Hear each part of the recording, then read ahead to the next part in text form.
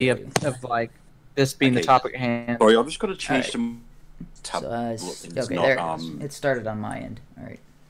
Alright, so LW is going to rejoin us in a second as he's on his tablet. Okay. So while LW is reconnecting, I'm going to explain a little bit about what had occurred. So it was one of BTK's friends. I'm assuming another trap, because I think the trap was in the name.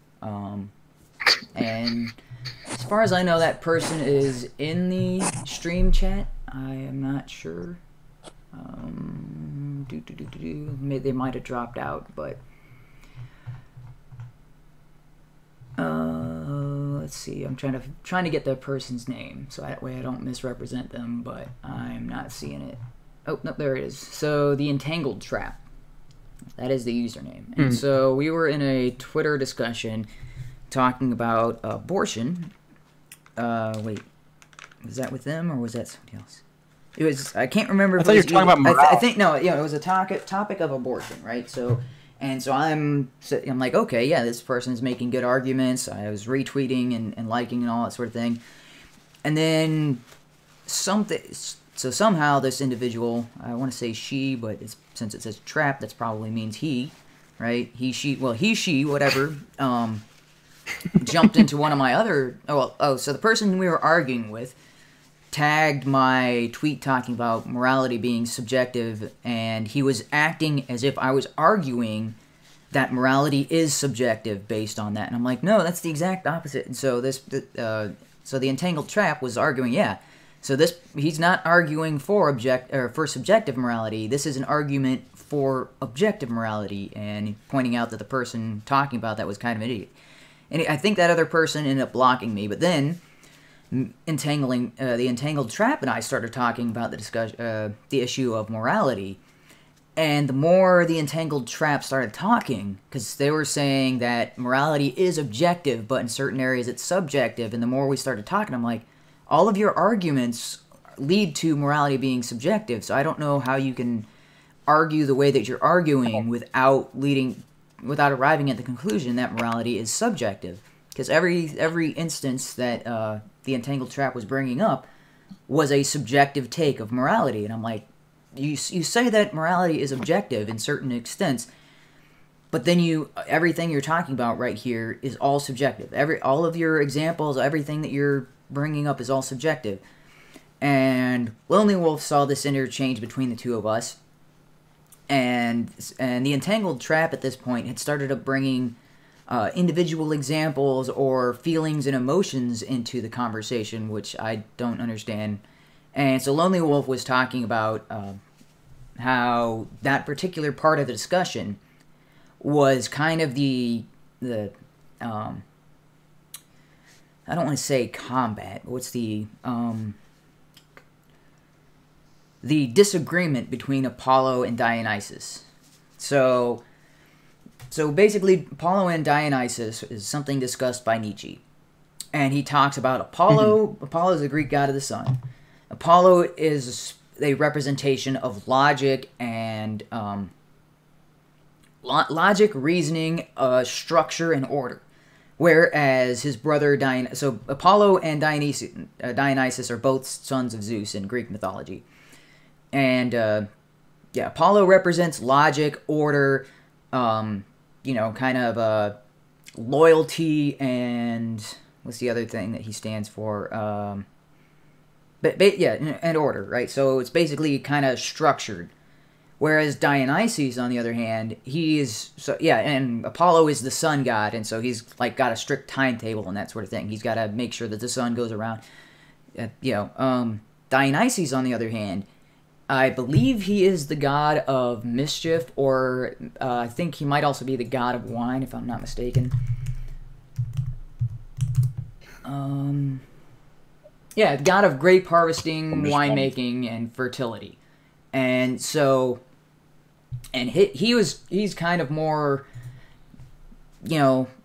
more of the emotional side of mankind. The emotional, like, hey, I just want to party. There's no consideration for the future.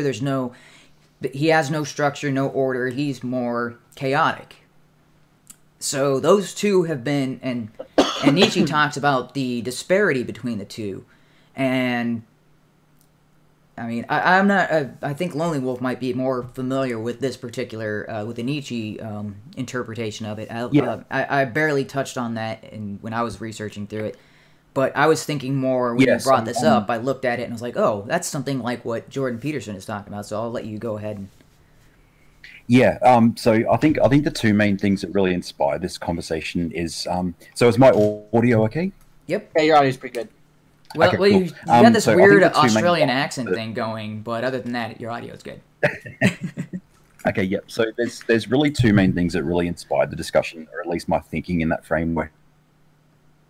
So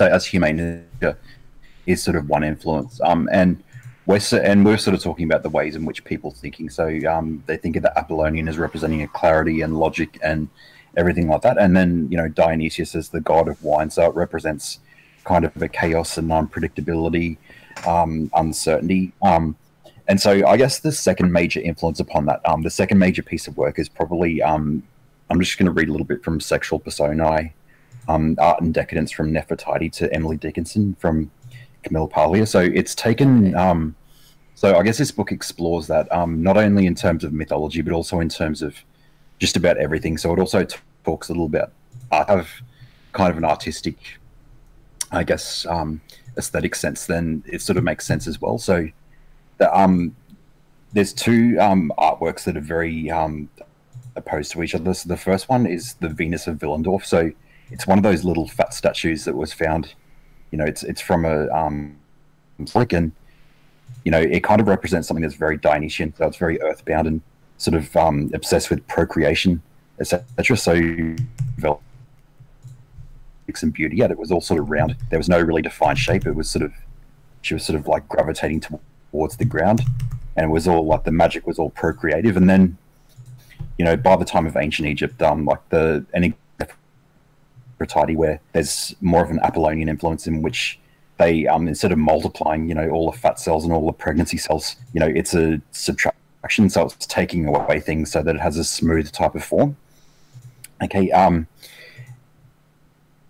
and the magic or the mystical power is transferred from the reproductive sense.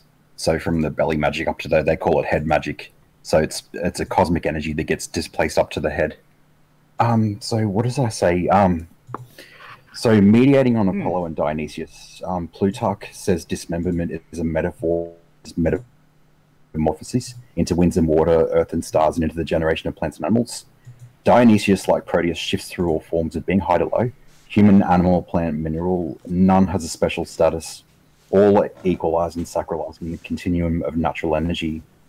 Dionysius, leveling the great chain of being, represents no hierarchy. Plutarch says, okay, so Olympian cult had no such law. The visible separation of sharp-edged Apollonian gods applied also to their relation with the worshippers. So, whereas Dionysius is sort of thought as earthbound, so they also use the word chthonic to sort of refer to the underbelly of the earth. Okay, so in strategy to, I guess, invent the idea of beauty. So it's looking at nature and saying, oh yeah, that looks beautiful, that looks beautiful. That's the Apollonian kind of escape in which you're trying to find beauty from all this chaos. But then the Dionysian, it sort of looks at the earth as this kind of rumbling, kind of brute type of force. So the Dionysian element back into this referred to as a miasmic swamp. Does that all make sense? For the most part, because I mean, it sounds, because this parallel has been throughout pretty much all of recorded human history. Although in this particular instance, it's embodied by Apollo and Dionysus. Oh, whoops.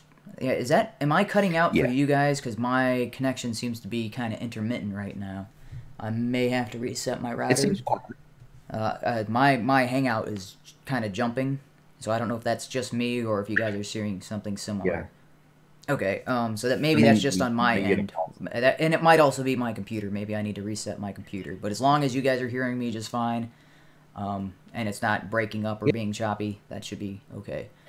So, in this particular example, it's Dionysus versus Apollo. But it's the same symbology behind the yin and the yang.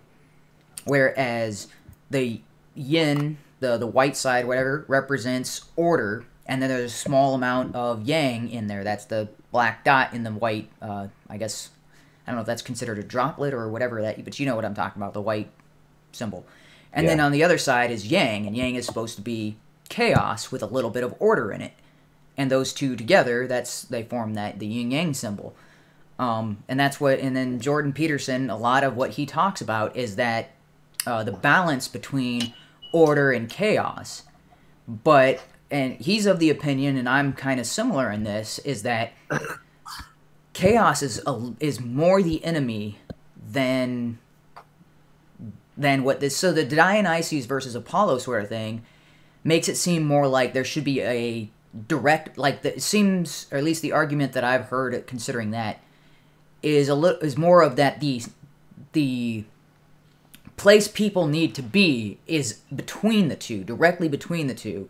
It's kind of like saying you need 50% order, 50% chaos to become the full person. And that's, again, what this yin-yang symbol kind of identifies, is you need to be, half chaos, half order in order to have a well-balanced life.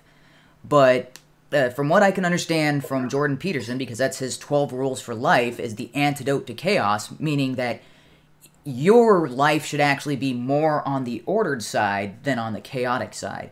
But you do need a portion of chaos or that element, otherwise you will lose your mind. And also, so there is the downside to strict logic, strict order, and that's why I think Peterson claims that the Nazis were on the far right. I don't agree with his position on that, but I think he equates the Nazis and what happened there being logic over empathy. Like, he thinks that they were so ordered that they failed to realize the human emotion side, because this is something a lot of totalitarian people tend to do, is it's all logic and order, and you remove the humanity from it. So if you are pure logic, you ignore humanity. That's the danger of the Apollo method, is you're just doing what is the most right, but that can lead you to doing something that is detrimental to mankind, because you're forcing mankind to be basically robots or pawns. Actually, and in what is that? Civil Disobedience. What was that? That was Nathaniel Hawthorne, right? Right? Is that the right name? Yes. In his essay Civil Disobedience, he talks about you cannot have this particular type of government because men are not wooden automatons. I mean, they didn't have robots back then, but he's talking about rulers and governments treating men as if they don't have their own opinions, if they don't have their own free will, and as if they will just fall into line like puppets. And that's why he's saying we need that civil disobedience, which is actually a call to disorder when that order becomes too controlling. So I'm of the opinion that we need, I'm more like 90 logic, 10% chaos. That's what I think is kind of more of the ideal balance, whereas a lot of people tend to say, oh, it's kind of like 60-40 or 50-50. Mm-hmm. Okay. Yeah, I think we should be as much I haven't like thought Vulcans about as quantifying. possible. Hmm? I said we should be as much like Vulcans as possible. Yeah, that's actually, well, with the exception of the mantra that Spock likes to repeat was like the needs of the many outweigh the needs of the few. I can't abide by that, because that has been used for a whole ton of atrocities. That's like trying to separate that from the idea of from each according to his ability to each according to his need. I don't think you can. Those two are kind of parallel to one another. More simple moral equation, like the trolley thing. If you pull the lever to kill 3 people instead of 1, push the fat man in front of the trolley. Yes, I just see it as that. Yeah, and I have started to see things a little differently when it comes to that, as far as so because I used to say that there is no like let's see, there's no such thing as a necessary evil. But as I've started to have these conversations and talk about morality in this instance, so I've mentioned the example is if you have 100 people, and one of those people is a serial killer, and they're just going to keep on killing people until you stop them. Well, at the very best outcome that you can have is having a population of 99 instead of 100. Because either you kill the killer, or that killer is going to kill at least one person, and you're going to continue to lose population. So the most moral outcome you can have is not to keep all 100, but to eliminate the killer and then retain a population of 99. In which case, the needs of the many in that instance outweigh the needs of the few, because the few is that one person who wants to go around killing people. And I've talked about in another instance is like, well, what if you have a population of 100, and if things, like, so let's say there's a food shortage, and if left to its natural course, 25 of those people is going to die. But if you were to eliminate 10 out of that group, you would have enough food to sustain yourself, and you could keep a population of 90 people. So Thanos did nothing wrong? Basically. Sorry, what? So Thanos did nothing wrong? No, because Thanos did nothing wrong if that's the case. That was well, that's yeah, but yeah, okay, I'll get into that, but yeah, in the instant, should have gone for the head. Yeah, there's an argument to be made, a similar type of I don't know. I think of the word utilitarian that comes to mind when it talks about sort of the greatest good for the greatest number. It applies sometimes in an ecological sense because, you know, in Australia, there's a place where I live, there was a population of wild pigs and kangaroos. And, you know, as a sport, people like to go hunting them and killing them. And it's and then at first, if people come in from the city, you know, they're knowing nothing about local ecosystems, they think, oh, we shouldn't be doing that. But then the greater good is that these animals are doing so much damage to the ecosystems. I mean, they're spreading noxious weeds with their droppings, and they're very much a pest kind of animal, and that's at the expense of a large ecosystem. And so sometimes we have to target these particular animals. So we have to target one species so we can save, you know, a multitude of species. Well, pretty much all placental mammals on that continent are pretty much invasive species. Yeah. Were introduced by man. The only placental mammals on that whole continent prior to man arriving were bats that flew there. Other than that, all the mammal fauna were all marsupials. Okay, and I did want to address the Thanos thing, but I wanted to say that my position is, for the example I brought up, rather than have 25 people die, 10 people would be sacrificed for the good. Now, the big difference I want to point out between Thanos and the scenario I outlined is Thanos was making that decision for people. And that's where I think he goes completely wrong in his... Well, I think he goes wrong in two areas. First of all, his position that there's a limited amount of resources and people require a certain amount of resources, so as populations get bigger, there's no way that resources can accommodate larger populations. However, that's not the case, as we've seen, because the amount of resources on Earth hasn't changed in the past 200 years, and yet the population size of Earth has grown exponentially. And it's due to finding new ways of using the resources that are currently available. So we have this tendency of either finding ways to reduce how much of our limited supply of things we use for specific functionalities, becoming more efficient, or finding ways of producing more. Like, this is with a huge population boom came along with the agricultural revolution, where we found ways of making crops exponentially more, at least our area that was set aside for agriculture, and the amount of work required to produce a harvest, we drastically reduced that because it used to be in the United States, we were 80 to 90% of our population was involved in agriculture, just raising enough food to feed the population. Couldn't Thanos' snap be a little more targeted, you know? Yes. Just snap away the furries. that might be enough to save us all, even the furries, save them from themselves. Yes. But yeah, Thanos' snap was indiscriminate, so that is a huge problem. with his, because That he's would the be a one problem. he's the one making the decision, and you're like, well, what did he's basing that decision off of? Apparently there was no logic to it. He was just random. It was random 50% of the population, which means he could have, I mean, he in the movies, he eliminated a lot of the heroes, which means there was probably a lot of criminals and a lot of like people who want to do evil who were not a part of that snap. And yet he snapped and got rid of people who are trying to protect the population and trying to be, trying to help everybody else out. And yet he took their lives over the lives of people who want to go around raping and want to go around murdering and want to go around stealing stuff. That seems to be a huge problem with his hey, just random. And so I guess this is not a real world example, but my brother suggested I watch the show called The 100, which actually ends up being a pretty decent show for being a teen drama. But one of the...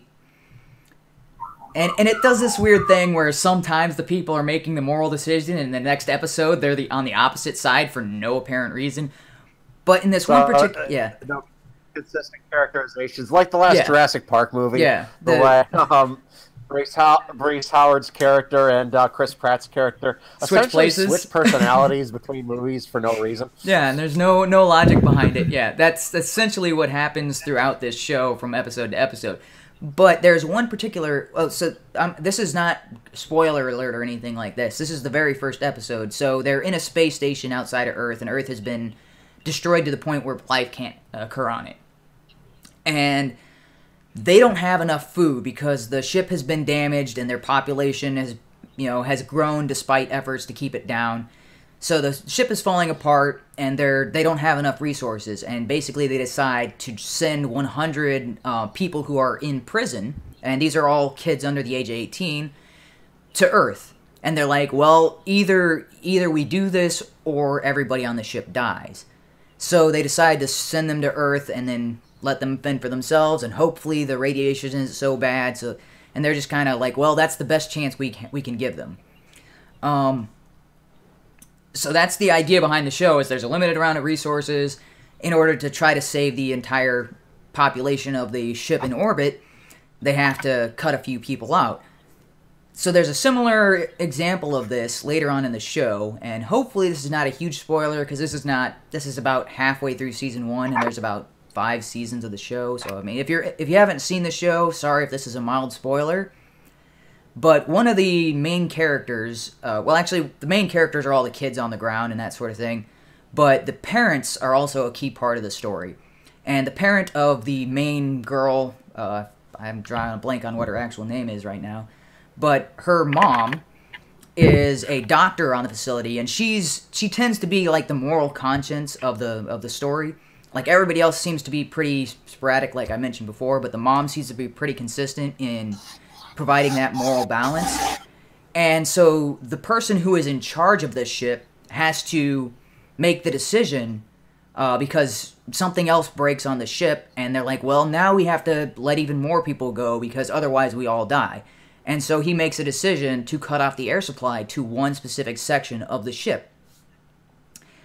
And he does this he makes this decision without informing the people on the ship beforehand, because he doesn't want a mass panic and riots and all that sort of thing, because that would make things even worse. So he just decides that he's going to cut off the air supply and then act as if it was a malfunction that was unavoidable, so that way, it doesn't come down on him, people don't riot and all that sort of thing. And the doctor releases a broadcast to the entire ship explaining the situation. And so this is not a real-life scenario, but we've seen examples of this in the real world, so that it doesn't seem outlandish. So what happened was, people on the ship began volunteering to become a part of the section that they needed to cut the oxygen for in order to save the rest of the ship. He was just going to pick a random group and, like, okay, we're just going to cut off their air supply and let them die, and that's... But what happened is, once the people knew about the situation, and they tried to work on the problem, and they're like, yeah, we can't fix this. So people began volunteering, and there's dads and saying, one of the characters was a father saying, I'm going to go in there, and I'm going to give up my life because that's going to ensure that my daughter survives, and that my daughter gets to go to Earth. And you're like, it's it's a TV show and it's meant to tug at the heartstrings and that sort of thing, but we have seen that example during the Holocaust and during the Soviet Union, where moms would starve themselves. We also saw it in the U.S. during the Great Depression, where parents would starve themselves so they could feed their kids. And if given the choice, people tend to make those choices of self-sacrifice in order to save future generations. And a lot of people There's a good reason for that, because your children are your genetic purpose, as far as your genes are concerned, is to create copies of yourself. And basically, your genes just want to make copies of themselves with the roundabout strategy of producing a human being. Yeah, and that's something I think that the writers of Infinity Wars failed to understand. I mean, granted, Thanos' mission in the comics is to eliminate half the population. Although in the comics, it's a little less sympathetic. It's because he's trying to win the affections of death. In the movies, they switched it so that way it's kind of like population control. But they overlooked the idea that, wait, if a population understands, of intelligent beings understands that their resources are limited, the older people will sacrifice themselves for younger generation, and you won't have an entire planet go extinct like what they claimed happened on Thanos' Titan. And you're just like, this is supposedly a really advanced race, and it looked like it was fairly advanced and intelligent. How could they not make that same decision? Look at our world. Look at the population growth that clearly isn't sustainable in the long run, and people keep screwing without condoms. Well, it's not sustainable in the long run, but as we get to that limit, you will see a decrease by necessity. Like, the population growth cannot mathematically keep increasing the way it's going, because we will reach that limit of resources to population. It won't be a mass extinction event. It will be, as we get closer to that limit, the amount of new people will start to being created will fall away. We're currently in the 6th mass extinction our planet has experienced. Oh, you're talking... No, that's more of unavoidable. That's... If there's a future mass extinction event, it's not going to be due to overpopulation. It's going to be due to another ice age that's on its way. Of course it's due to... It's entirely due to the fact that there are too many humans and not enough space and resources to sustain them all. That's entirely the reason why we've had so many recent extinctions. What? No, why things like the western black rhinoceros, the thylacine, the Bajia river dolphin, the golden toad. Why are all these creatures now extinct in the last century? Human overpopulation. That doesn't make any sense, because species have been going extinct long before humans. If you're talking about going from the evolutionary time frames, species going extinct is the natural order of events. Why do we suddenly now care that a species goes extinct? Rate, but during 6 different periods throughout Earth's history, extinctions have dramatically skyrocketed. Yeah, and it's not due to human interaction.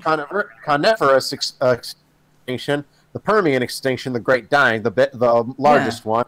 There was the Triassic-Jurassic extinction that wiped out 60% of life. Then there was an asteroid impact 65 million years ago that killed the non-avian dinosaurs and most other large fauna. And we're currently in the 6th mass extinction. None of those were due to overpopulation. You're trying to compare overpopulation with natural disasters that wiped out entire species or entire, almost all living species. The past ones were not. The current one is, though. All right, we've had this conversation about overpopulation, but that doesn't make any sense because you're talking about overpopulation of humans affecting other species as opposed to the overpopulation of humans affecting humans. That doesn't make any sense to me. I'm currently talking about it affecting other species. It's definitely doing so. But you're failing to see that dinosaurs, when they, again, as far as I know, both explanations of this seem rational and plausible, so I don't know which one of the two is. But going from the view that dinosaurs existed 65 plus billion years ago, going from that timeline, dinosaurs made other species extinct. that's the natural order of evolution, isn't it? Is that some species go extinct and some species don't. But I am saying the current extinction rates over the last few centuries have been far higher than the overall norm throughout Earth's history. Oh, definitely. That's what I'm saying. I would vastly disagree with you, because over 50% of all the animal species that we have found remains for are now extinct, and they were extinct over time periods. 99.9% actually. Oh, okay. But we're talking about extinctions over thousands and thousands of millions of years versus a few hundred years. Okay, the current extinction rates are higher than would have been normal throughout most of the geological time frame. Most of the geological time frame, not all of it. Obviously, those other extinction events where it was, if anything, possibly higher.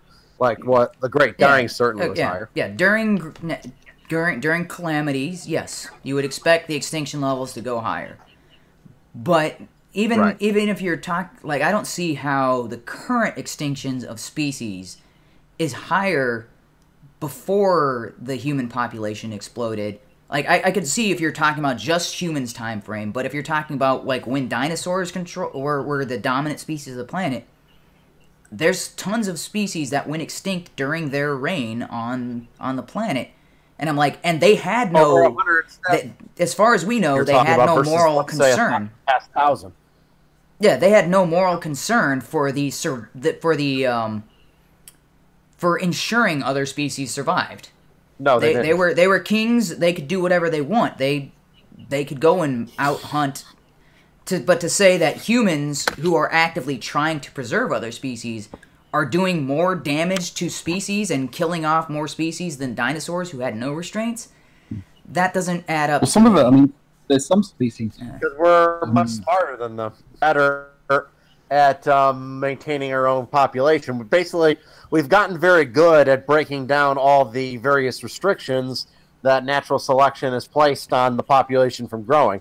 Things like vaccines have dramatically cut down on diseases, cut down on the number of children that die of various diseases. And there's even talk of science working on preventing the aging process. Just imagine if people didn't die of old age, but the same amount of people were born. Yeah, they're talking about telomeres and all that sort of thing. Yeah, and cancer does not have a problem with telomeres degrading over time, and so they can preserve your DNA. So when your cells replicate, they replicate indefinitely without loss. So if we could figure out how to do that, yes, we could completely cure the aging process. With extinction, can I just say something about extinction? Because obviously, I mean, to some extent, like there's probably some extinctions that were unavoidable, that were independent of human civilization. Especially if you look deep within the ecosystems where there's no sort of human habitation, then there's probably some that are part of a natural process of evolution. But there's probably some species that are the ones that we know about the most that are sort of advertised to be in sort of a direct consequence of sort of human interaction. So, for example, a deforestation has led to, that's why the koalas are, sort of endangered because of the level of the destruction of a certain habitat, and as well as hunting and poaching, etc. As some. Yeah. So yeah, there's I hate to make the argument to the mean, but it's sort of, I see it as a little bit of both forces at work.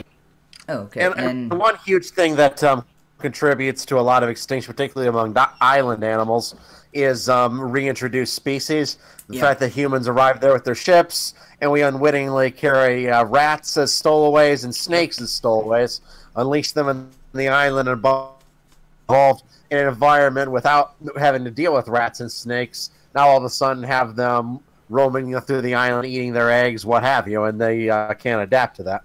That's what killed the dodo. Okay, but okay, and S-Man wanted to say something, I think, before we started this conversation. And I think I slightly interrupted you because I was already. But do you remember what you had to say, S-Man? Are you there? S-Man. Okay. So yeah, I had to mute myself to answer the door. Yeah. So while I disagree with you, I don't think overpopulation is a problem, because I think it's going to be just like the threat of peak oil, and you're like, well, once we start to run low on our limited resources, as with everything, once we reach the cap of how much we can use efficiently or how much of a supply there is, we start to reduce our amount of that. So I think once we reach the cap of how many people we can have based on our food supplies, we will stop growing the population size. The problem is that we haven't reached that limit because the population keeps growing and we keep finding ways of feeding that population and sustaining it. If we were at the actual limit of that, then we wouldn't be able to sustain the population. Will there be any lions, tigers, mountain gorillas left in the world by then? I would think so, as long as we are allowed to own lions and gorillas, because as we've seen, any population of animal that is placed on the endangered species and you're not allowed to cage or whatever, or not allowed to contain in a specific area, and like when a bald eagle lands on your property, you can't touch its nest or anything stupid like that. That to me is ridiculous, because we've seen with the elephant population in countries like Botswana, where they are allowed to legally own elephants, the population has been booming because people now have a vested interest in keeping elephants, providing for them, keeping them safe from poachers. And in its neighboring country, Zimbabwe, the elephant population is still on the decline because they have a law in place where you cannot own elephants and they're supposed to be protected from poachers, and yet Zimbabwe is one of the countries with the highest number of poached elephants, where they just keep finding elephant remains where the elephant is dead and the poachers take the tusk and leave it. Whereas in Botswana, they kill more elephants per year, but yet the population in Botswana of elephants keeps growing because they are actively mating them and then killing off ones because they know that they can sustain the population. See, I hate to admit this to myself, because this is coming from me as a leftist. You know, like I never thought I'd say this, and I hate it, and it's absolutely blasphemous for me to say this, but sometimes when it comes to capitalism, there's a profit motive, and that can sometimes motivate certain environmental goods. So, for example, it's like there's a vested interest in keeping certain populations, like sustaining and growing populations when it comes to elephants or any sort of really exotic type animals to draw, like for tourist crowds or whatever. There's certainly some. So the profit motive is not always. So, yep, I'm kind of committing a sin against my own ideology, but it's not always a bad thing. Yeah, well, that's certainly a way of sustaining. That's actually helped with the mountain gorillas, the fact that they now have tours. Yeah. Those areas that kind of made the gorillas' existence there a commodity. But at the same time, it's kind of sad that the last remaining mountain gorillas on Earth essentially live as zoo animals. They, they're officially in their natural habitat, but they're constantly spied on by people. They have like vets come in and take care of them. They're not really wild animals anymore. They're real. They're slightly. They're not as domesticated as, say, a house cat, but they're being more domesticated as time goes by, and that's kind of the typical order of things. And so there's other examples besides just Botswana and Zimbabwe. Another is Texas. Texas has more tigers in Texas than there are in, what was it, China or was it South Africa? I don't remember which one, but there's more tigers in Texas than there are, I believe. I want to, or maybe it was India. It was one huge country that has a lot of. It's supposed to be like the natural habitat for tigers. I guess I have to look that up because I don't remember where exactly. Tigers live in India and China, and some northern ones are actually found in Siberia.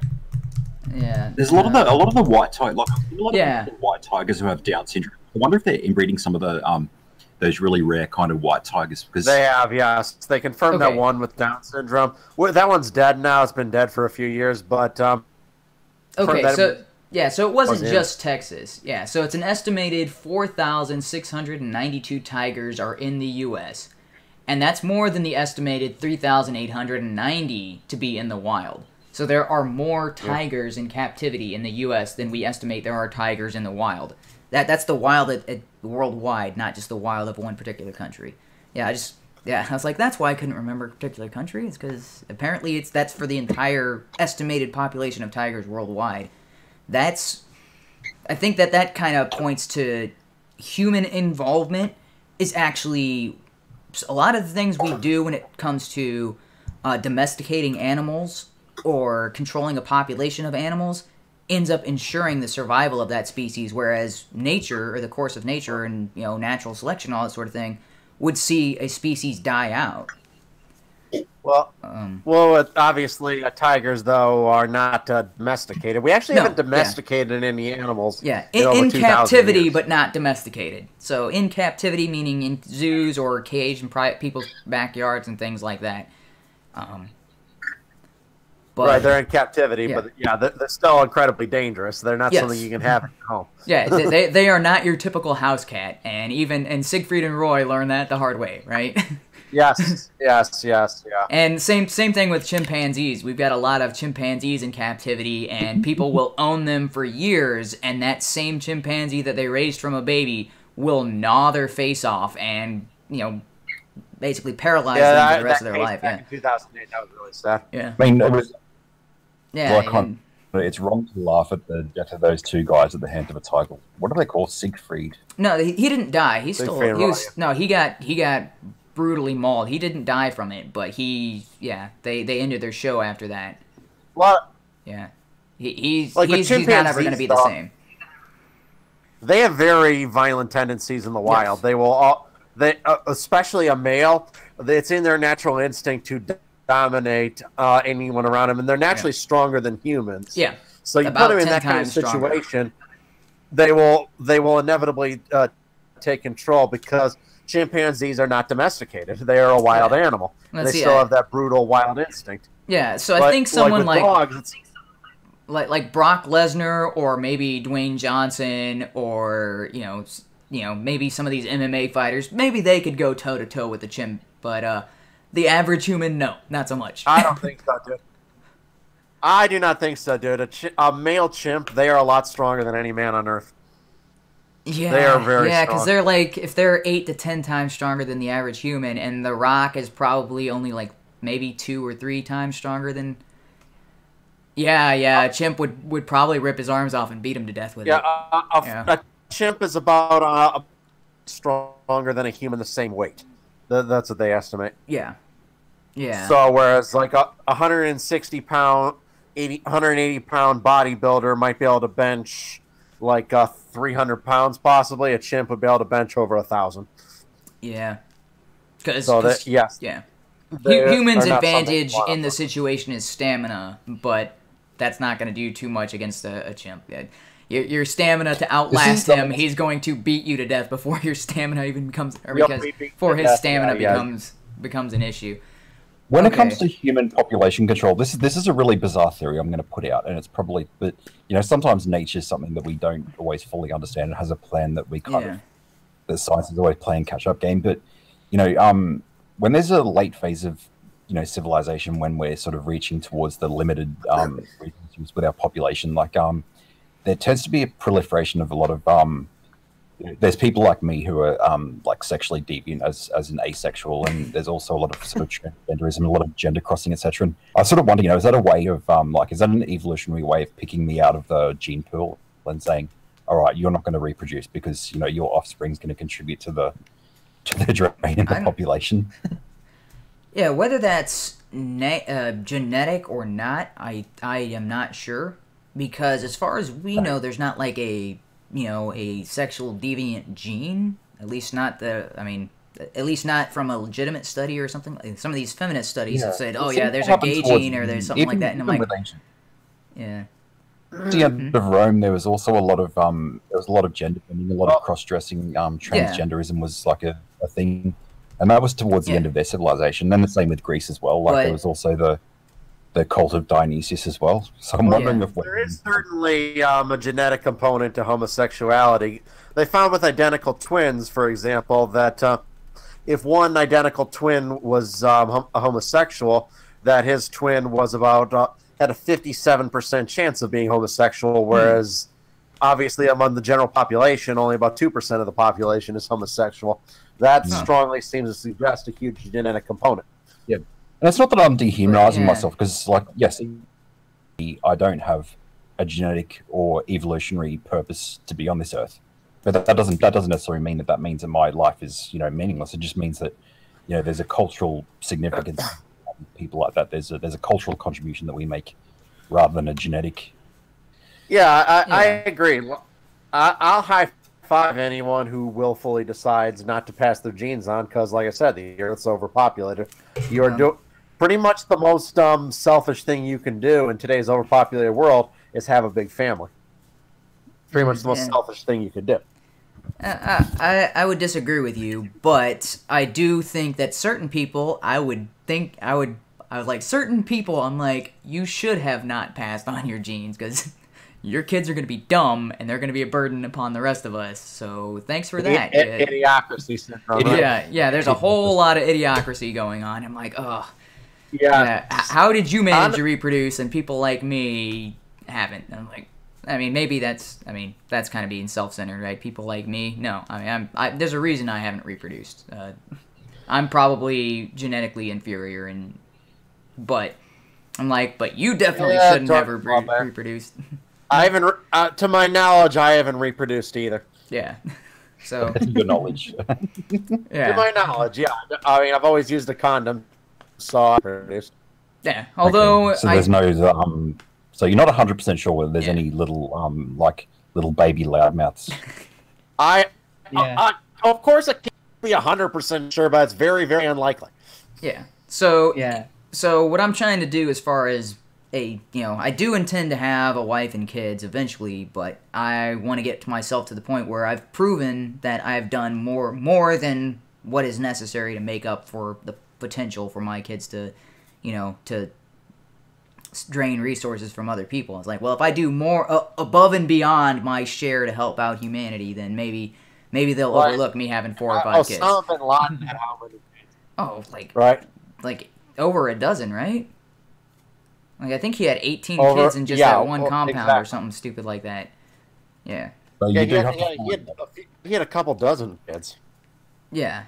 I don't know the total amount of kids he had, but he had, so I think he had 4 or 5 different wives, or at least maybe concubines or harems or something. But yeah, he was having multiple kids all at the same age, because, I mean, he's sleeping with multiple women and they're all getting pregnant, and that's how that happens. About 100 million people alive today are descended from Genghis Khan. Yeah. Because he had, I believe, almost 200 kids. Yeah, I think it's more than that. Right? Genghis Khan, I think, is 30% of the population has genes from him. Let me see. Yeah, he was an emperor who had concubines from all over the empire thrown at him. Yeah, let's see. So it's 1 in 200 men are direct descendants of Genghis Khan. I'm sorry, what was that? 1 in 200. One ever was descended from Genghis Khan? Oh my god. Yeah, that is ridiculous. Because what are we talking about? 7 billion? Genghis Khan was really a chud, wasn't he? Yeah. He was.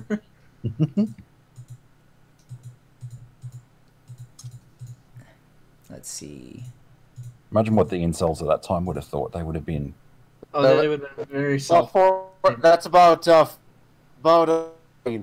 people then. I think that's about 35 million people are descended from Genghis Khan. That's about 30 to 40 million people today are descended from Genghis Khan. What? That's insane. Yeah, 30 to 40 million. That's how most of history has been, with only about 20% of men have fathered all the offspring throughout most of human history. Right, it's been the norm of human civilization for most men to be incel throughout history. That's why they act like incels are some kind of weird abomination in our society. No, that's how most men have always been. Okay, have been incel. I guess. All right. Okay, so there was something else I wanted. Okay, so we've been talking about nature, but I think that kind of goes to the point of this, or the theme of this, is because we're talking about basically, I mean, it's not nature versus nurture, although that is another way of explaining it, right? If Dionysus represents nature and Apollo versus it kind of represents nurture, that's another one of those, hey, these two things are, in conflict with each other. but it's my understanding that when you're talking about Apollo versus Dionysus, Dionysus also, he doesn't just represent chaos as far as, you know, or the natural tendency. He also represents things like being drunk or, you know, sleeping around with, you know, a bunch of women, you know, using recreational drugs. So these are sorts of things I'm like, I don't think there is a moderation when it comes to sleeping around with random women or getting drunk or using recreational drugs. Rock and roll is, yeah, I don't think... That's why rock and roll is such a very largely authentic form of music. I don't like it, but I respect it as a very authentic music. It's very much a purely Dionysian kind of orgy, like just about everything that it represents. Like there's a kind of androgyny with rock singers, how they've got sort of long hair, so there's a bit of gender bending think about going on. The Kiss, Freddie Mercury, a lot of these hair metal bands, like Scorpion is an awesome band, but if you look at them, like, dude, what is up with these guys? They look like girls. I mean, and the guitar's like a phallic extension. That was what they were saying about the Rolling Stones. People thought that they were all women. You know, at least when they saw them up on stage dancing around, people were like, that's a girl. And like Def Leppard, long hair, you know, that Twisted Sister, right? They even called themselves Twisted Sister, and what's his name? The dude that's got a face like a foot. Was it something D, right? D. Snyder, right? He looked like a really, really ugly woman when he was up on stage, or when he was in some music videos and stuff. Yeah, so I personally like a lot of rock and roll and sort of things, and just kind of distance myself from the appearance and the stage shows of everything, because technically the music is awesome. I mean, as far as, you know, the well, some of it is just kind of like, oh, anybody can do that. That's just 4 basic chords, but a lot of the stuff is very, very intricate. And I mean, when you go to like Jimi Hendrix and Jimmy Page and all that sort of thing, those are guitar styles that you can't just pick up and play. But if you're talking about like something like Leonard Skinner, even though there's an awesome band, Freebird is like the one exception, but the rest of their songs, you're like, anybody can pick up a guitar and start playing their songs in like 30 minutes or more. I mean, or less, I guess I should say. Like, you can, it's like, Simple really, Man is 4 chords over and over again, and it's really easy to strum, and yeah, there's no complication behind it, but it's an awesome song. Yeah. So I think what sort of inspired this discussion, like this topic, was I sort of, one of the things that I brought up is that, like, sometimes when you got too much of one thing, so too much of a, there's kind of an excess, because, like, from an artistic point of view, too much of that sort of Apollonian type of alignment, it does kind of limit the imagination, because sometimes to expand the artistic imagination, we have to go down to Earth or whatever. In terms of the way I think it was kind of a challenge for me to be comfortable with ambiguity, because I remember when I was going to college, I was picking my major. Yeah, I was sort of picking my major, right? It was, you know, I thought, okay, mathematics, because that seems to be the most thing, because it's like 100% sort of, well, the pure mathematics does. Yeah, there's no room for abstraction or like imagination in mathematics. It's pure system of logic.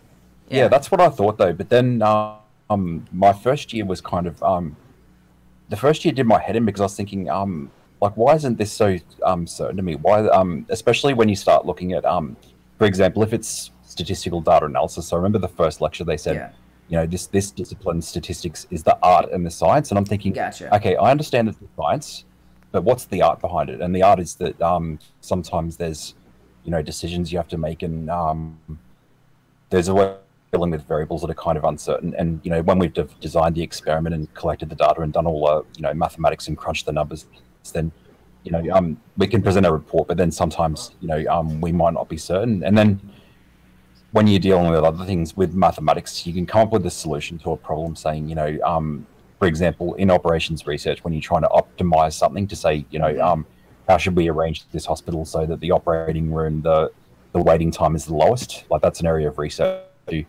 And, you know, yes, like with the tools they have, the mathematical tools, they can make a solution within the mathematical world, but the process operates in the real world, where there's kind of unknown variables that are confounding the process. And so the uncertainty is, okay, how good is this model, and how much does it match up with the world?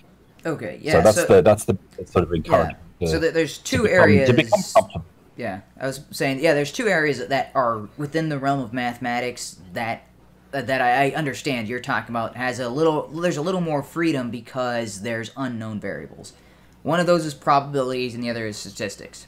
And that's because you're dealing with an incomplete data set. Even in operations research, where I think I thought that was included with statistics, but if that's a separate thing, then yeah. So those would be the three areas. And that's purely because we don't know the full scope of variables. Generally, in mathematics, when you're dealing with equations, you know all the factors that you're controlling for.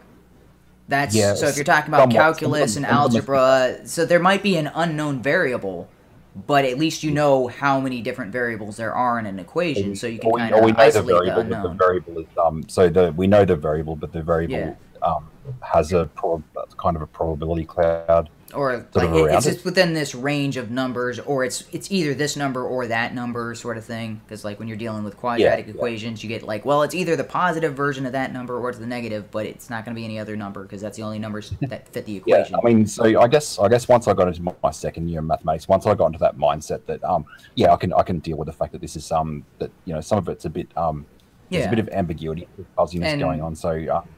Yeah, and the ambiguity comes from incomplete knowledge, and there's no way to have a full knowledge of certain topics. Because you're talking about statistics, you're dealing with human actions, and there's too many variables, and so I guess another area would be when you're talking about computer simulations of weather, which is that's related to mathematics, and they do these with mathematical models. But there's too many variables to control for everything, and so a lot of times their models are off of reality because they can't account for all the variables, and yet they act like they've accounted for all the variables, which is why. And yet, the climate change stuff is all based on their models, and you're just like, dude, you've shown that your models don't match reality, so you're missing huge chunks of data, and you're acting as if we have all the data, and you're like, no, that's not how all this works. Anyway, it is we have.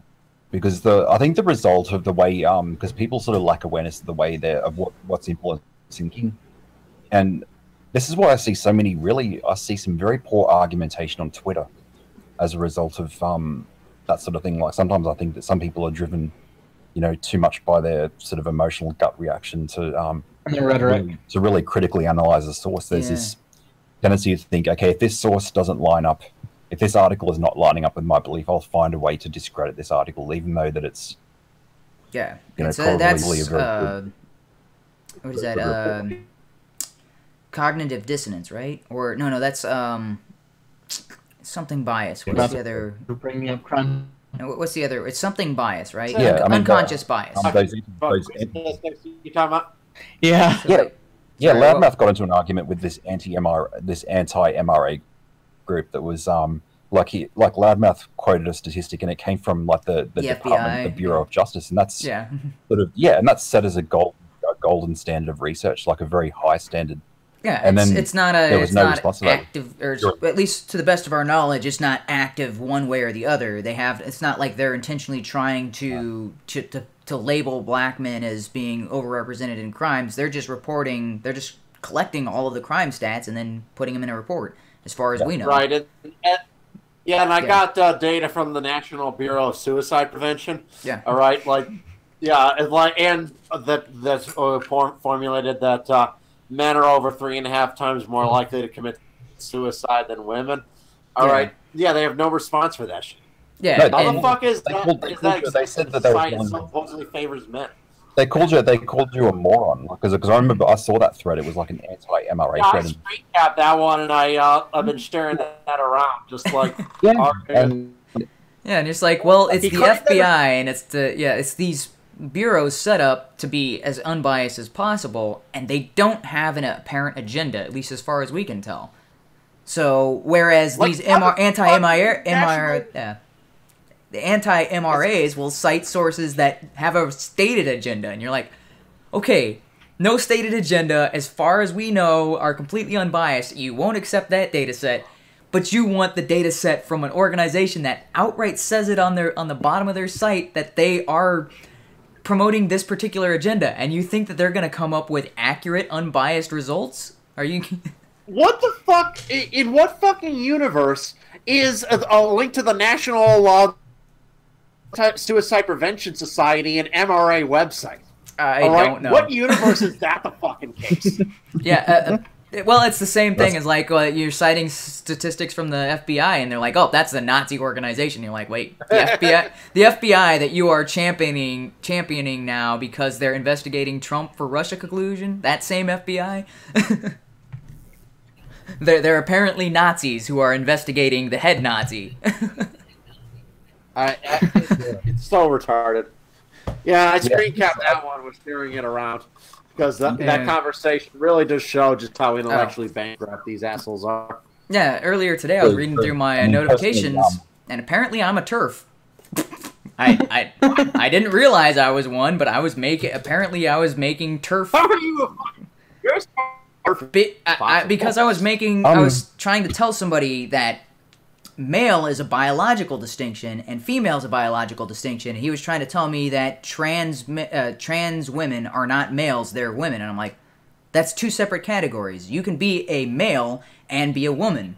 You cannot be a male and then turn into a female. That's not that's not physically possible. A male produces sperm, a female produces eggs. A trans woman does not produce eggs, so she's not female. That's what. And then apparently, for saying that, that makes me a TERF, and I'm like, I'm not even a feminist. What? So, I didn't even realize HUMANe secretly has a pussy hat in his closet. Wow, HUMANe. Apparently, yeah. You're in the Vajiji cult. Yep.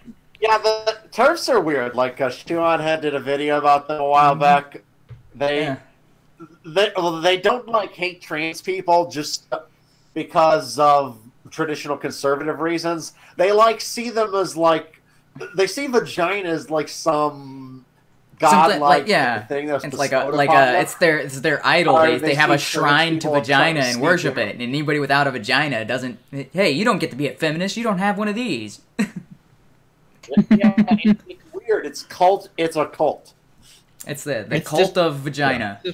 Which you'd think... I mean, that's fair enough, the biological distinction, because I'm very much biologically male, but there is a certain disorder that's been in my mind from a young age. It's kind of a well, I guess they call it a gender dysphoria that sort of puts you in the middle of.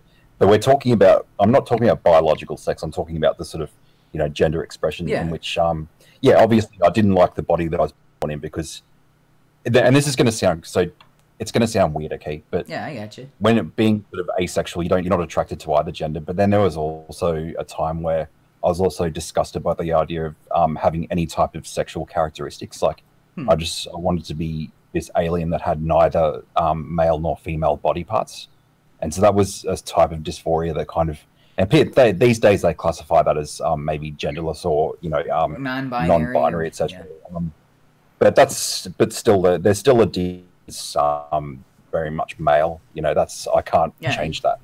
But socially, I can sort of exist socially as like there's a cultural function of being like a eunuch or whatever, and that's kind of it's a natural human tendency to have people who are who culturally fulfill those roles as like priests or monks or eunuchs or whatever. And that's more of a sociological thing. But sometimes eunuchs performed a different function. Sometimes eunuchs didn't mean they lost all of it. Sometimes a eunuch just didn't have balls and then would act as kind of a sex toy for high-ranking women. So sometimes they got rid of the entire genitalia because men didn't want some slave or something to get produce offspring with his wife or to or for her to have sex with him if he didn't have a thing. Sometimes they actually were like gigolos, but without the ability to produce offspring. So. Eunuch has two different meanings, but yeah. You like have sex with a dick but no balls, but you wouldn't have.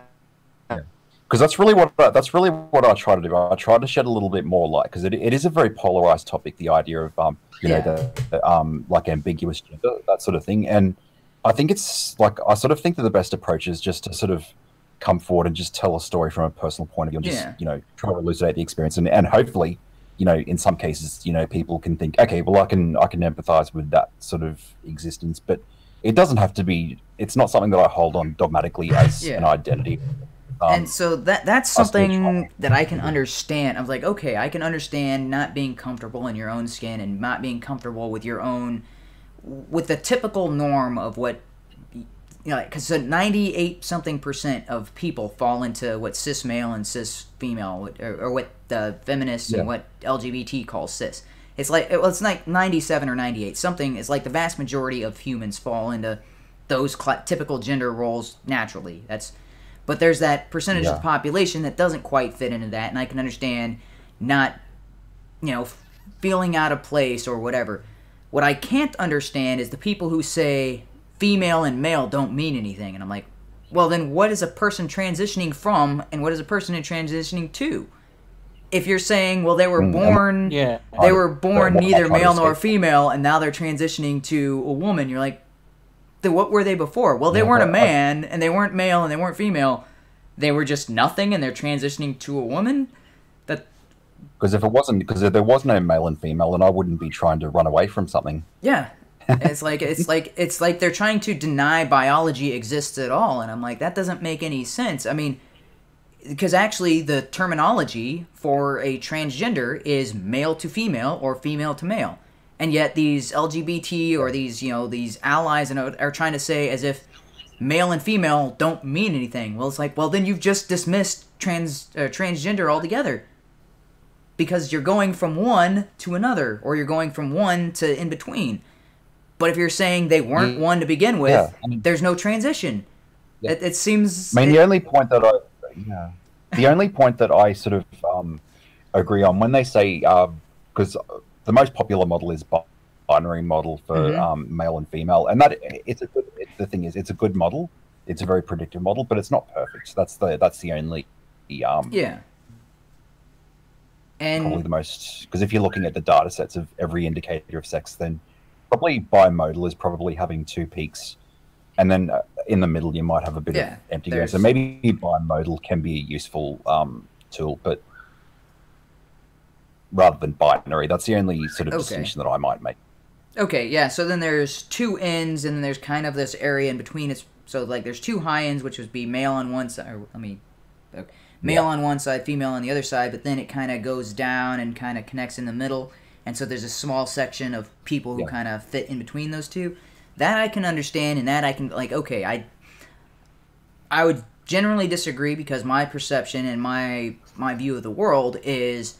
the best outcome for your life is to actually, I mean, conform seems like the wrong word to use there, but I don't know what other word would be to conform to one or the other, because you're talking about because those two are the most popular for a reason. It's kind of like, well, I guess this is another bad word, but like, it's kind of like a meta in a video game. You're stat maxing. It's like, well, you can try to be a purely physical wizard, and like, sure, have at it, but your best option is to be, you know, a wizard who uses spells and has a high intelligence and doesn't care about their physicality, because that's you're optimizing your build. If you're say, okay, my biology lends itself to being male and being physical and being more, I guess, males are typically considered physical and logical and more a representation of Apollo, and when you're talking about females, those tend to line up more towards Dionysus. And so Jordan Peterson talks about this being, and this is across multiple cultures, and not just in the Greeks, and not just in the Chinese, and not just, this is, I mean, these themes go throughout cultures, and order is generally viewed as being more masculine, and chaos is generally viewed as being more feminine. And yin and yang, right, the one that represents... Actually, I might have had those backwards earlier, because maybe yin, I think, is the feminine, and yang is the... But, yeah, so maybe yang is the masculine, but I don't remember which one is which, but the one that is more masculine is the one that represents order, and the one that is more chaotic is feminine.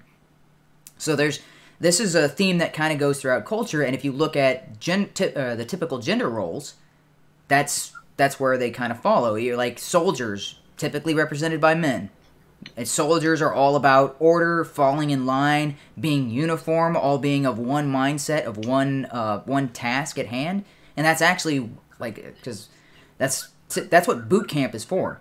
It's to beat the the individuality out of you and get you to conform and march in a line and be uniform, and you're all acting as one group as opposed to you acting independently.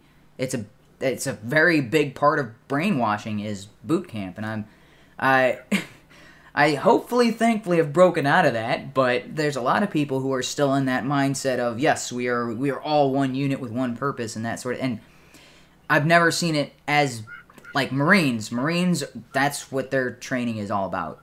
And I can understand why that's essential, because the Marines basically need to be Terminators. They need to be robots to fulfill a mission of, not concerned about themselves. They are bullet shields. They will take all the hits. They will just keep going until they can't take any more breaths. That's what Marines are trained to do. And you could see them, so they go through more intense boot camp than what I went through in the Air Force. And actually, an Army is, not as intense as Marines, but not as more intense than Air Force. And they all have so it kind of goes from intensity. It goes Marines, Army, Navy, Air Force. Like Air Force being the least intense, but still enough order and discipline to get you to line up and be a man or whatever.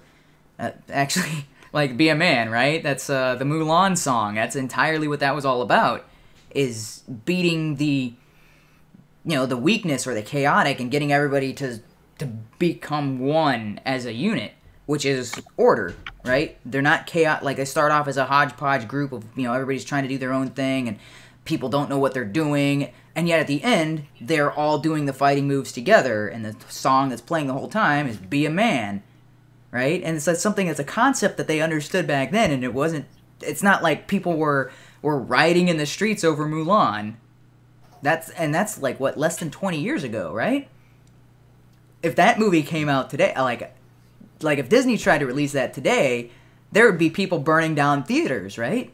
It'd be sort of, they'd call it hegemonic masculinity. Yeah, and that's the entire theme of that was soldiers are men, and that's why she wasn't allowed to join the Army, because it's a masculine role. It's men are better suited, although Mulan ended up proving that she could fulfill the role of a warrior, which is the original intent of the story. Is, yes, there are women who are exceptions to the rule. Not all women fall into the typical woman category, and I think other women like Margaret Thatcher fall into that. Like, did she ever have kids? Margaret Thatcher? Probably not. I don't know. I wasn't huge following of UK politics and all that sort of thing, but as far as I know, she didn't have kids, but she was the more logical, ordered, and a lot of people, like the Iron Lady, right? That's what she was called, and it was like, a lot of people called her, a man and sir and things along those lines because of the role that she had chosen to take for herself was more along the lines of the typical masculine or male gender role. And she was a leader of a country, right? Prime Minister, right? Or am I using the wrong term? She was Prime Minister of the UK, right?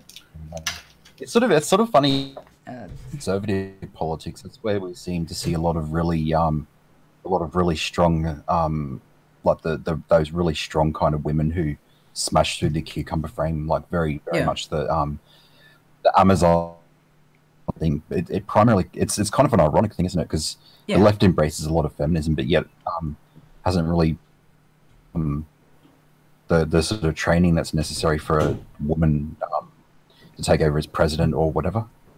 Well, the other thing, feminists are trying to force women into that group, but that's not.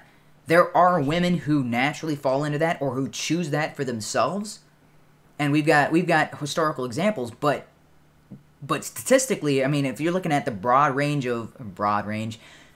that's a terrible term, right? Broad. Never call chicks broads. Anyway, when you're looking at the entire group of females, right?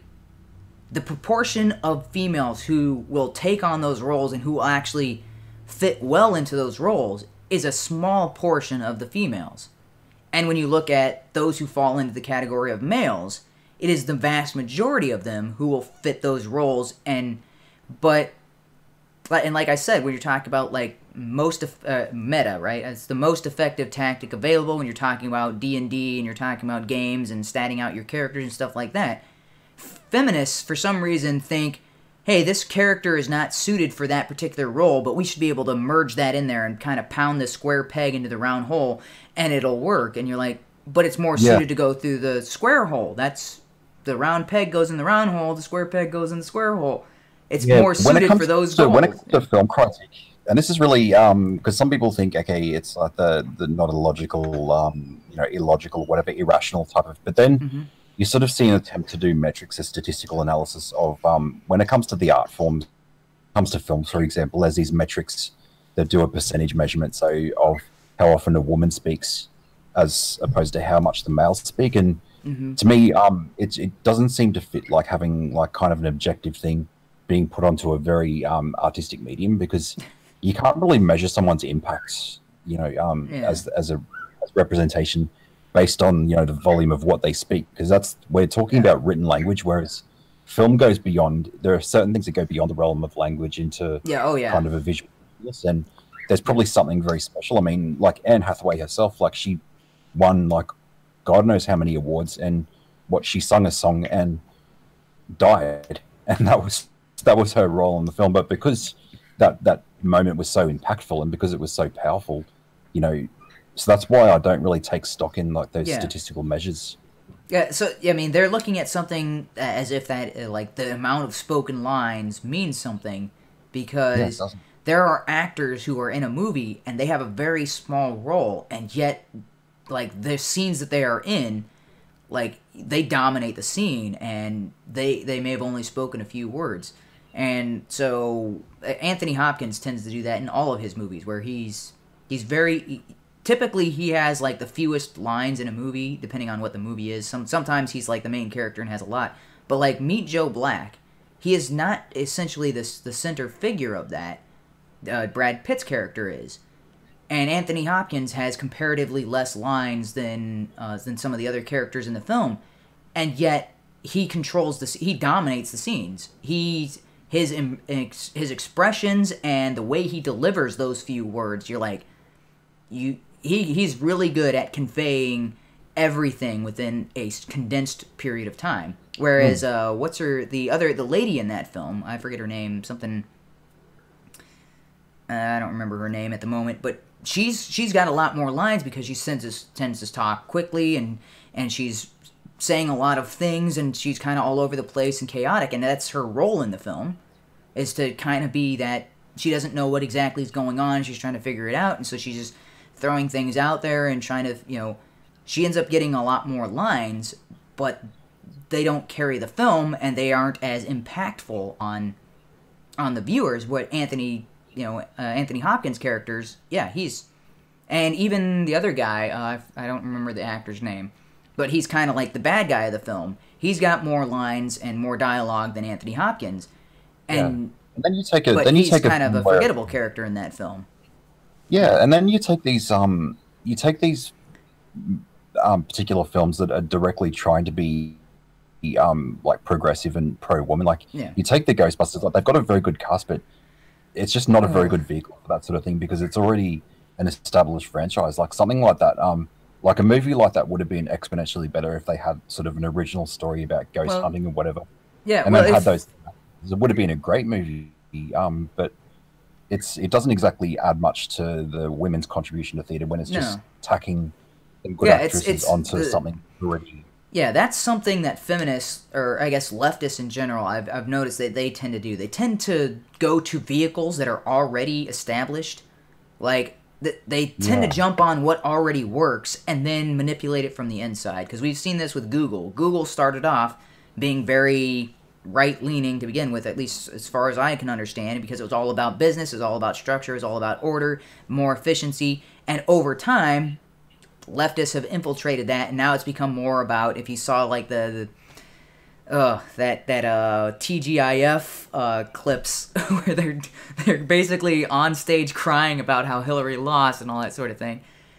Leftists got in there and then started hiring more leftists, and you can see this focus. Like the motto for Google used to be "Do no evil." That's no longer the model for that company because they've had so many people infiltrate and change it. And now it's, I don't remember what they changed it to, but it's no longer "Do no evil." And you're like, that seems like a pretty admirable goal for a company. It's like, hey, just you can do whatever, just don't be evil. Like, to get rid of that, you're like, that means you want to do some evil, or at least you want to do a lot of evil. That's a pretty scary thought. Yeah. And so we've seen something similar with Netflix. Oh, sorry. Go ahead. Yeah, and I saw the same thing with but then like something that was really successful where you put women together, like that same cast. Like what really worked was when they filmed Bridesmaids, because they did something. They went into an unfamiliar territory and that's part of making an impact on Hollywood, is to go into unfamiliar territory, because we've already had like the gross out films that men did, like they did The Hangover and everything like that. So the males, and so they wanted to prove like a feminist point, saying, okay, women can be just as vulgar and dirty as the men. So and it's got a huge impact, and it's like it's going into this uncharted territory, and it worked. It was successful, whereas it was too safe to put this same sort of cast of actresses into something that was already. It was just playing it safe. It's nothing risky about it, so the payoff is not going to be that good. Yeah, and if I remember correctly, Bridesmaid did really well, but Ghostbusters flopped. Yeah. Ghostbusters did not make the money back, and it's a very similar cast. It's like, what, 60% of the same people are in Bridesmaids are in Ghostbusters, and yet it tanked. Yeah. And we've also, and they kept blaming it on, oh, well, that's because, misogyny and all that sort of things. But if I remember right, there's Charlie Angels, right? Charlie's Angels with Drew Barrymore and Cameron Diaz and Lucy Liu. That, like, women and men wanted to see that. And actually, it was a really good, it's an enjoyable kind of, like, it wasn't, like, super well thought out. It was just kind of like one of those brainless action summer flicks. But it grossed a lot of money, enough to warrant a sequel, although the sequel was just kind of unwatchable. But it wasn't, like, it was an all-female-led cast, and then, Bill Murray thrown in there. I don't think you can go wrong with adding Bill Murray to a movie. Anyway. Well, Garfield's the exception to that. And then when it comes to Bridesmaids, like, I don't know whether it was predominantly a woman's audience or whether men watched that film as well. Oh, well, here's another example that happened around the same time, right? Gal Gadot as Wonder Woman. Those two films came out within, a few months of each other, right? Or less than a year of each other, I think. And Wonder Woman did spectacular with male and female audiences, and Ghostbusters tanked. And you're like, so, because one had we're going to shove women into this film, and women are going to make it better or something like that. And it's just kind of like, well, the audience for the original wasn't interested in these women. It was the original actors that made the film even possible in the first place. Is because Dan Aykroyd, Harold Ramis, and who's the other guy? And Bill Murray, right? Yeah. Who's the other guy? I was like, oh yeah, there's three. Yeah, Bill Murray. It's because all three of them were already very successful due to Stripes and other Harold Ramis-led projects. That's the only reason they got approved to do Ghostbusters, because studios were turning them down for Ghostbusters. Like the first one, they had to struggle. They're like, okay, we'll put that on the back burner. We'll do these other films first, and then once they got enough of a box office credit, they allowed them to do Ghostbusters, and Ghostbusters did better than all their other previous attempts or previous collaborations, I guess. Yeah. Yeah, and because I blame it. Some of those people who fall into those anti-SJW channels, like they make video after video saying, "Oh, the SJWs ruined Star Wars." It was like the Ghostbusters and all this, and it's because they just can't seem to articulate themselves in a kind of intelligent way to communicate what the problem is. It's not really. Yeah, I agree. There are a lot of people who are like they make some really shitty commentary based on that, and they've drunken too much of the anti-SJW Kool-Aid, but. By the same time, I think the legitimate criticism is, like for me anyway, the backlash is not against, the diversity or what the casting is. It's it's a pandering problem. It's an obvious way of pandering. Instead of producing a great film that, an original film, a great thing that happens to have these, black people, women or whatever, it just so happens they start with the casting and then they and they're trying to build a concept after the fact, as opposed to, in the case of Ghostbusters, they had the story, and they needed to build up the star power in order to get the story made.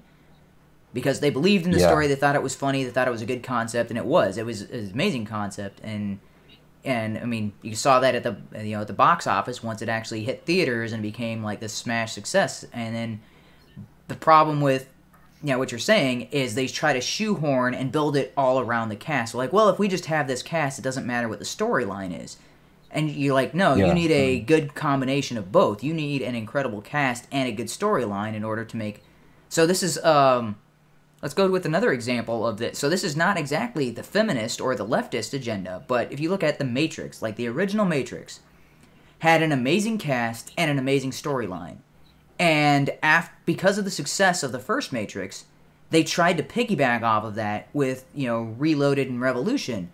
And those, while the choreography and a lot of the action scenes, I mean, because going back and reviewing those, just the fight scenes from Reloaded, I don't know how they pulled some of that stuff off, because he's changing direction mid-flight. I mean, I know he has wires and all that sort of thing, but even with that, some of that stuff seems physically impossible, even with wires and all. I mean, I'd love to see the full behind the scenes of how they got some of those camera shots, because when you're watching it, you don't notice all those, but when you're actually paying attention to all the details of the choreographed fight scene, you're like, that's physically impossible. Even with wires, how does that happen? I mean, granted, they went a little overboard on the CGI and stuff like that, but a lot of the scenes, those are physical actors doing that, and you're just like, the wires would get in the way of doing what he just did. And the highway chase scene, like, that is an amazing feat of cinematography, but the problem was the story didn't back up the action, so they were trying to run the franchise based on the familiarity and the characters and the actors, and the story wasn't up to par because it was confusing, it was convoluted. It's just, they had this no reason rave scene on the core of planet Earth, and you're like, these are people who are struggling to, barely hanging on to their lives. Why would that ever happen? And there's a whole lot of nonsense thrown in there too. And there's a whole, you're just like, okay, story seemed to be second to everything else in that. It seemed like they'd built the chase scene and they'd built these choreographed fight scenes, and then they tacked a story on after the fact. That's what both of the Revolution was kind of just the worst of the three. Because as far as memorable scenes or awesome places in cinematography, the third one had nothing. Like, everyone seemed to kind of half do their part of the film. Everybody was kind of phoning it in at that point and just kind of resting on their laurels, resting on the success of the first one. Whereas the first one, nobody knew it was going to succeed, and so they were but it seemed like by the time they got to the third one, they're just kind of like, this is in the bag. And they stopped pushing themselves on storyline, they stopped pushing themselves in acting. I mean, the bad guys and a lot of the dialogue is just like, this is stuff that you would expect to see on a made-for-TV movie. I mean, some of the performances, you're like, how is that? It seems like they were like, okay, the first one was successful, and all the fans of the first one will be here to see the second and third one, and we don't need to make it as good. That's what it seemed like, and it's because you're resting on the success and you're phoning in the rest. And that's what Ghostbusters did. You're like, well, they're resting on the success of the name brand, of the themes, and we're just going to hope that the rest is up to par. I mean, the rest will fill in with blah, and people will eat it up anyway. And it failed pretty spectacularly for Reloaded and Revolution, because you can see the declining box office sales. Like, Matrix #1, highest grossing of the three. Reloaded, second highest grossing. Revolution, not so much. I don't think they made their money back on Revolution. I think that actually bombed in the theaters. Or maybe it was the other way around. Maybe it was Reloaded that bombed in Revolution that barely made its money back, or something along those lines. But they did not. Yeah, they did not make back the expected revenue, because they were resting on past success. And if you're talking about things like Ghostbusters and things like Ocean's 8, they're resting the success of that series. Yeah, Ocean's 13, or Ocean's 12 and Ocean's 13, same thing. Ocean's 11 was an amazing movie. had a great cast, a great story. I mean, everything was. I mean, they got funny moments in there. They got serious moments. They got really cool. Like, oh, that was amazing. Yeah, like I didn't see that coming. Kinds of things. Ocean's 12 phoned it in. It was all like, hey, we've got the cast and we're building on the star power. Nobody cares about the story, and the story was completely pointless because they're just doing all this random stuff that had actually nothing to do with the actual theft, and they fill it in at the end of like, oh, see, this is what really happened. And you're like, dude, why? Why did you waste my time with this film? And Ocean's 13 kind of tried to make up for it, but because you're woke. What? Let's watch it. We're woken because vagina. Yeah, but I mean, so that film series got worse. Well, I think with the Ocean series, 11 was the best, 12 was the worst, and 13 is kind of a step back up, but not up to the original par of the first one. And then Ocean's 8 comes along and just tanks the series completely. And he was like, again, trying to build off of the success of the first one without doing what made the first one successful. And it has nothing to do with it being all female. It's that they built the cast and then tried to build a story after the fact. And that didn't seem to be the case with the original Ocean's 11. Kind of tell there's a lot of preemptive strikes that happen. Yeah. Because with Ghostbusters and all that, and then with Ocean's 8, you can kind of see that preemptive kind of attack saying, "Oh, we're gonna let's get ready for the man babies and the misogynists and the incels and the MRA." I can sort of think, all right, they're already making a preemptive attack, so they probably already know that they've phoned it in and just done something that's sort of substandard, not because of the gender of the thing, but because they've just relied on something that's, instead of taking actual risk with the characters. Yeah, and so going back to Ocean's 11, if you think about the star power behind that, right? They had George Clooney, Brad Pitt, Garcia, and Roberts. And the rest of the Ocean's 11 crew was pretty much unknown at the time. Yeah, Don Cheadle was in the movie, but he was not a big name yet. He was just getting he was just becoming kind of like a household name. He didn't really become a bigger player until, like, I think Hotel Rwanda and stuff like that, where his name got, like, oh, hey, that guy's really awesome and really good in all these movies. But, sorry, Matt Damon, yeah. Matt Damon. So, yeah, Matt Damon is included in that. So, I guess he was one of the star power of Ocean's 11. But the rest of the 11, right? Yeah, Ben Affleck's younger brother that nobody knew at the time. You got that other guy who's always in those movies, but, you never bother to remember his name because he's kind of annoying, kind of an annoying Chad. You got that nerdy guy who is in stuff, but who cares? And you got the Asian acrobat guy who is not Jet Li. Who else was in the cast? Oh, the old what's that guy's name? He's in a lot of stuff, but I don't remember his name. The older guy. That's not 11, is it? I'm getting a little concerned here. I tried to plug into my power source, and I saw this big spark come out, and it's like I'm worried that I've lost power. Yeah. God, okay. I'm probably gonna have to go so I can actually make sure that you're not setting your house on fire. I don't know how I can reload my power or whatever. Okay. All right. Well, hopefully that's not broken, or hopefully you can get that working. I can. But yeah, thank you for the topic and I know we've kind of strayed from the original topic, but the idea is striking that balance between. And so before you go, that's what I was like, oh, hey, that is a really good, because I've talked about this before. That's partially the meaning behind my name, right? The humane mind. And it's that struggle between the compassion and the emotion and all that sort of thing, which Diogenes kind of represents there's not Diogenes, Dionysus, sorry. Diogenes is a completely different philosopher, and he's kind of a creep, and actually, Diogenes is sort of like the physical embodiment of Dionysus, because he's just living for the moment, living for pleasure, and that was his philosophy, and supposedly that's like super intellectual, and you just don't understand him. Like, no, he was just a creep. He masturbated in public and then defecated in public and acted like he was doing the world a favor. There's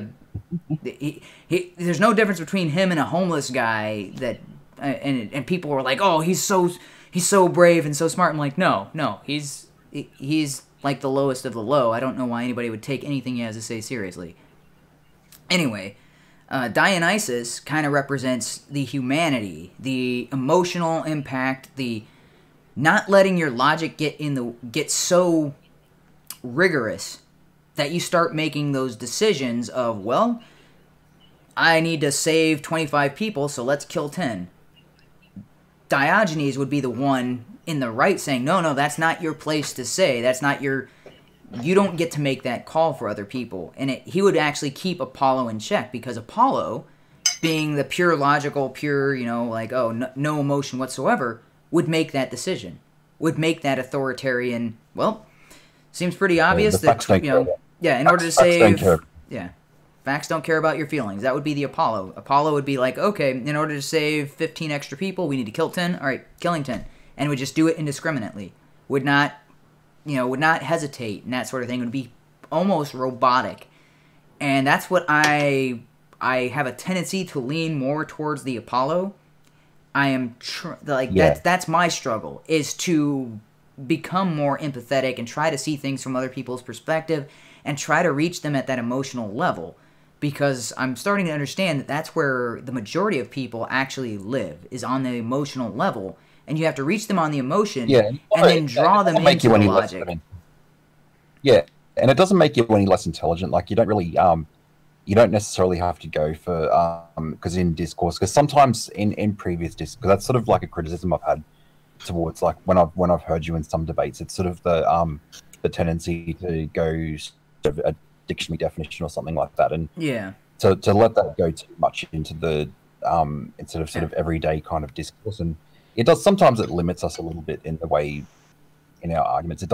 It's restrictive in some ways, and that is my character flaw that I've been working on. I'm trying to embody the meaning of the name that I've chosen. It's the pursuit of that. It's the pursuit of, okay, I need to be trying to be less logical when dealing with individuals, because a lot of times, because for me personally, since I'm a programmer, I think in pure logic. I mean, that's what I'm leaning towards that. I'm not saying that I'm, complete, although there are tendencies that I have that are more sociopathic, which means it's not the inability to emote with other people, it's the ability to switch that off sometimes, which is kind of scary. It's like the ability to, like, nope, I have no sympathy for you. That's, which I'm seeing, and I see other people react in the same situation. I'm like, oh, they're actually kind of empathizing with the other person.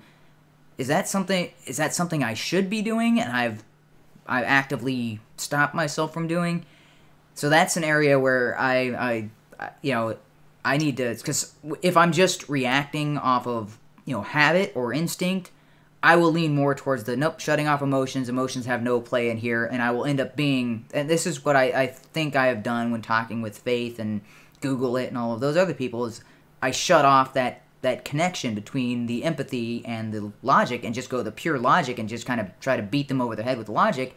And they're not, it's ineffective. You don't want it to end up being alone, because sometimes, because it affects it in a social sphere. Because this is very much a social sphere as well, in which we're connecting with each other and forming on some level with friendships. And I sort of thought, maybe Humane's like limiting his, like, what his social circle could be. I mean, I understand, approaching something logically and everything. Like, if we're having a discussion on, like, a political something like that, or religion or whatever, the topics that we've all sparred on in the past, I get that. I mean, if you're talking about a personal experience, it's like I tend to lean more towards the empathy card. But, if it does get to a certain point, it's like, okay, I'll empathize, but I'll give feedback, but I make sure it's, like, as well worded as you can get. And, so, like, if you, like, when, like, if I was near homelessness again, and, Humane's all like, I empathize, here's some suggestion, like, that's perfectly fine. If he's like, well, you gotta, you have to do this type of thing, like, this is the best shot you got at avoiding that. Yeah. Fortunately enough for me, I'm not anywhere near that situation again. Wait, again? Wait, aren't you? You're not even 18 yet, are you? Wait, or did you just turn? Well, me and my family, we are almost there.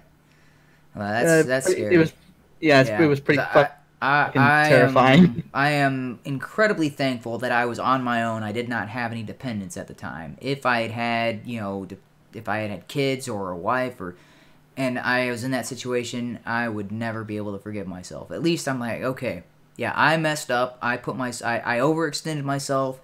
I got myself into a big hole, and it's only because I was on my own that I was able to climb out of that. If I had dependents at the time, well, odds are I probably wouldn't have extended myself to that. I would have grounded myself and be like, no, I can't risk it because I can't risk their future. I'm just going to have to pass on this opportunity. I'm just going to have to pass on that opportunity. I hope that I would have restrained myself more and prevented myself from getting in that situation. And I probably would have been, poor, but not homeless. But because I was overly ambitious, I put myself in a position where I could not even afford the house I was living in. I could not afford rent. And so I was like, well, that's living out of your car then. Oh, hey, that guy looks familiar. All right, but speaking of welcome, but I was thinking we were about to wrap this situation up. So, let's inject some more, Dionysus here. Because, so I... Yeah, because that's what, because I really shit the bed on that, because I was saying to Humane, I was thinking, maybe in your discourse, maybe you need to put more of the D into the discourse, and I was thinking, what did I just fucking say? I saw that. Yeah, that was really bad. Like, I thought you were setting me up for the joke there, so that's why I was like, okay, putting more of the D, okay. Which actually, there's a club in Las Vegas called the D, and I took a picture of it and sent it to one of my buddies in Alabama, and I was like, she wants it. Because that was kind of a running joke. So he used to be a roommate. That was kind of the running joke we had. Of we're talking about the D and how much she wants the D. And I was like, dude, they have a club in Vegas named the D. That's just ridiculous. Anyway, this has been like kind of one of the better, because it's really I think we peel back a lot of layers of we covered so many topics, but it wasn't like devolving into kind of there's a few disagreements, because obviously when Loudmouth was there's a few disagreements here, but it's he and I disagree on overpopulation, but I can understand why he's coming from that perspective. I think it is I think he has some incorrect information when it comes to that. Or maybe I have incorrect information, and maybe I don't have all the information I require to come to the conclusion he has. So that. I was like, okay, both of those positions seem perfectly understandable to me. Now, other people, even when presented with accurate information, they still hold their same beliefs. And I'm like, wait a minute, no, I've presented you with data that would support my position, and yet you still hold your position, and you haven't presented me with any information that shows me that I should change position. As usual, I made the moderation argument saying, okay, maybe it's a bit of this influence, a bit of... sometimes it can be valid. I think that, in this case, it was okay. But there's some people, if you look at Boogie 2988, he's probably the worst example of... He's kind of the reason that centrism becomes a meme, because... And I think I have compassion for him, because the reason, I think it's... Psychologically, I think it's because he's gone through a lot of abuse in his life, and so, he has this desire to please everybody at once. Yeah, to overcorrect and to over try to to conform. It's not it goes beyond the political. It's really his personal. And I wish people could have a little bit of empathy towards that. Yeah, but people just want to attack. Yeah, well, it's sad the situation he finds himself into, because he's being asked to do two separate things from both sides, and he cannot. You cannot do that. He's going. I think the left is really hard. The left is really horrible. I would have thought that that, because that's the conclusion I came to. I'm just thinking, okay, I think this is something that's really. This is obviously an extreme example. I'm thinking there's something psychologically going on behind the scenes, and I'm thinking, okay, if you were bullied that much and you've gone through sort of abuse and that sort of thing, and you've gone through a lot in your life, then that probably makes you very. You're probably scared of conflict. And so that's probably where it's coming from. It's not really, I don't need to, I disagree, they're utterly ridiculous, but it's coming from somewhere. And sometimes we just need a bit more empathy to look at why people come to the type of positions they come to. Yeah. And so it's my goal to try to understand where somebody's coming from, like either emotionally or maybe their life experiences. But some of the people that I get into arguments, I'm like, I cannot figure out how you came to those conclusions. And when I argue with you, you don't acknowledge what I'm saying and you argue against something else I didn't say. And that's what gets very frustrating for me. Is like, okay, you haven't filled in any new information. You just keep arguing your same starting point, and I've provided you counter examples, I've provided you evidence, I've provided you links, and you still state your original position without any sources to back it up, without anything to present me other than what you've stated. And I was like, that's for the Apollo side of me that I tend to lean towards, that's enraging. And I've... Well, you know... Yeah. Some people, you know, they just can't be reasoned with. It's some people some people have a, you know, position that they cling to, you know, not for any logical or, you know, reasonable position, but for like an emotional, you know, you know, they you know, let's give an analogy. Someone really believes in the idea of Santa Claus. You know, if they, you know, if they, you know, believe it into their heart, you know, as hard as they can for years and years and years, and they've told themselves, you know, that Santa Claus is true and real, and he brings presents to all the children in the world at night.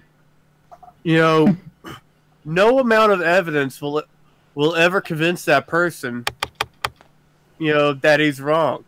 And it's just going to require him to fundamentally change how he thinks otherwise, because he doesn't care about evidence. He doesn't care about logic or reason. It's an emotional attachment.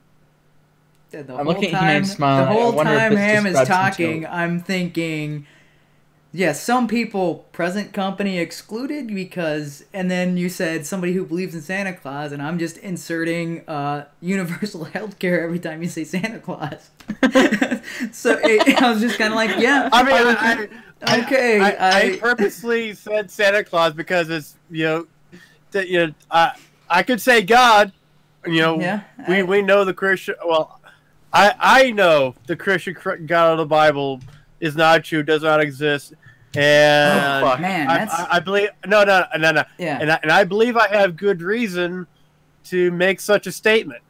Okay. You may not disagree with, and you know, it may be my emotional attachment to atheism, or it could be your attachment to your emotional attachment to theism. Yeah. When I saw HUMANE smiling, I thought you were describing his attachment to Santa Claus or some shit.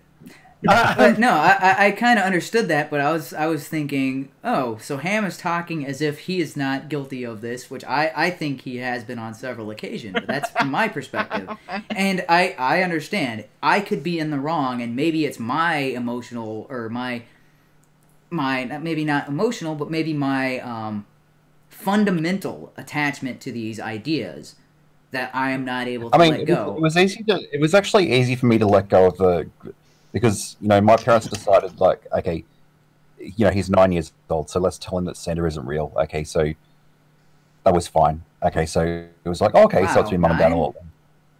But then that year I turned. But then the next, so then it was April. You know, a few months down the track. Yeah. And I was more hurt by the Easter Bunny being debunked, because I was thinking, because that was the last thing. Because I was thinking, okay, so Santa Claus is bullshit. So, but I still have the Easter Bunny. That's my last bit that I can hold on to, and I was kind of more resistant to that. Oh, well, when I for the hardest. Okay, yeah, never mind. I'll let you go. There's like some weird delay. Yeah. But transitioned over from being a Christian for all my life to what I am now, a hard atheist. I mean, during that transition period, I was still having doubts. I was still, I didn't really have a fear of hell. I had a fear of death. And to a certain extent, I still have that fear, but it's greatly diminished. Because, why worry? Because I feel, why worry about it? I got one life to live. Let's make the best of it. All right. And so I just heard that atheism gets ham hard. And the other thing I was going to say is the one that hit me the hardest was finding out that Slash was not real. I didn't find that out until I was in my late 20s, and that one hurt. Oh man, I didn't become an atheist until I was like what, 19, 20, something like that. Mine were both jokes. I was just I said Slash, right? Never mind. That's a reference to the South Park episode where Slash was make believe, and it was just one. Well, wasn't he the? What was it? Wasn't Slash the guitarist for Guns N' Roses? Yeah, that was the they made a South Park episode where Slash wasn't a real person, and it was just one of their parents playing guitar and pretending to be Slash. And then on Slash's Twitter feed, he says, "I'm not real," and then South Park responded like, "Apparently not." Just. Wait a minute, whoa. Didn't they do that to Lord? I don't know. And it turned out to be just Stan's dad. No, well, I know it was Slash. Slash just turned out to be... Oh, yeah. Lord was Stan's dad. It was a character Stan's dad played dressed up. Yeah, okay, they did both of those. Yeah, that's... Anyway... Oh, they also did a pretty good one about the Easter Bunny because, playing off of the Da Vinci Code and how the original Peter was a rabbit, and that's where the whole theme comes from. Anyway, don't forget the man bear pig. Fear the man bear pig. It's gonna get you. Yeah, I'm totally cereal. I'm totally cereal, guys. Man bear pig. Yeah. Yeah, South Park is awesome, and those guys actually did a lot to impact people towards going more libertarian in their beliefs because they were poking fun as satire, but they're speaking truths about the ridiculous things that some people believe. And you're like, no, there's no truth behind that. And although, Slash isn't actually fiction, he is a real person who plays guitar, but the whole joke behind that is... Yeah, like, okay, there's truth behind it in that... Well, actually, for that particular episode, I don't quite understand what the truth behind it is. But the truth behind the Easter episode, you're like, yeah, this is all made-up nonsense. It has nothing to do with what actually happened. Or the events that Easter is supposed to be based on has nothing to do with the rabbits. Has nothing to do with what the Catholic Church has turned it into. And, that all of that is nonsense, and which is kind of what the South Park creators were getting into. If you want to talk granted truth in it, there's a pretty interesting example that you might find interesting. I saw this stream with Arn Raw and this other guy. They were, and this other guy had this hypothesis that by studying the etymology of the text, he hypothesized that the character Abraham was actually based off a real person, and that the story involved a land dispute between an Egyptian king and another king, and the king and the was a Sumerian king. Mm-hmm.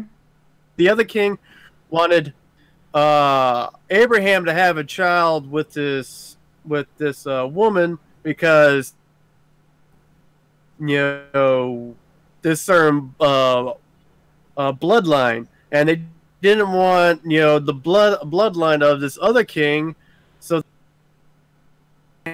on that land, because the area where the Holy Lands were was a really important trade route in between Egypt and what is now Turkey. And I found that really interesting to watch and listen to. Do you have a link? Or maybe I'll check that out when I get, sometime later. Yeah. If you could just link that in the chat. As far as I know, that is nothing like what is actually presented in the Bible, even going back to the original Hebrew text. No. they did it through studying the etymology of the words. Like, it's not like what the text says. It's what specific words were used in the text. Like, I can't really explain it all that well. Yeah, you'd have to watch the live stream because I found it really interesting. Because I mean, I've gone through and looked at a lot of the Old Testament in the original Hebrew and what it would literally translate to, as opposed to what a lot of different versions translate it to. Because there's a lot of times where the word Elohim would be used, and Elohim can refer to God or angels or demons, and for some reason that Elohim word is translated to God or gods, and you're like, in other instances it's translated to angels. But if you go to the original Hebrew text, it's represented, it says Elohim, and you're like, oh, well then that particular example, because based on the so one particular example is the Ten Commandments, where it says, thou shalt have no other gods before me, and you're like, okay, that word is Elohim. And then you go to the example where Israel wrestled with, well, the text, or the King James Version says with God, but the actual original Hebrew scriptures says Elohim, and you're like, oh, well, he could have very well been wrestling with just an angel, because angels and gods and deities, the word Elohim is used. But, what was the other one?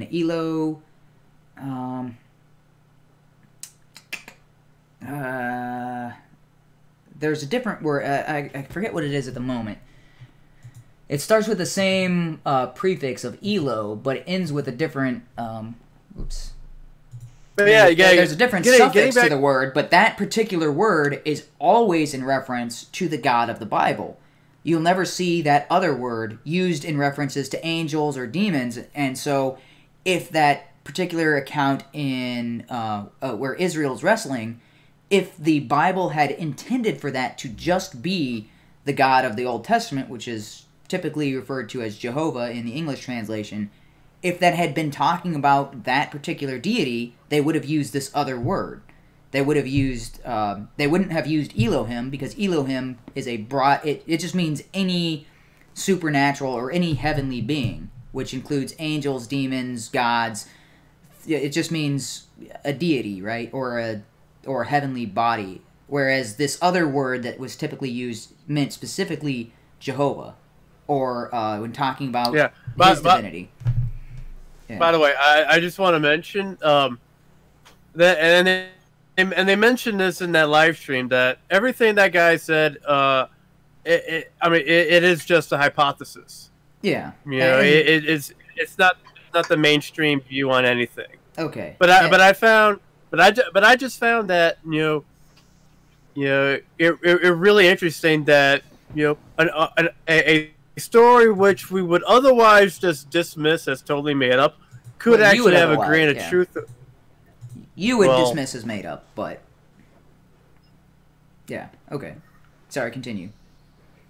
Well, you said we, so I was like, oh, not all of us, but well, most non-religious people would dismiss it as made up, and non-Christians as well.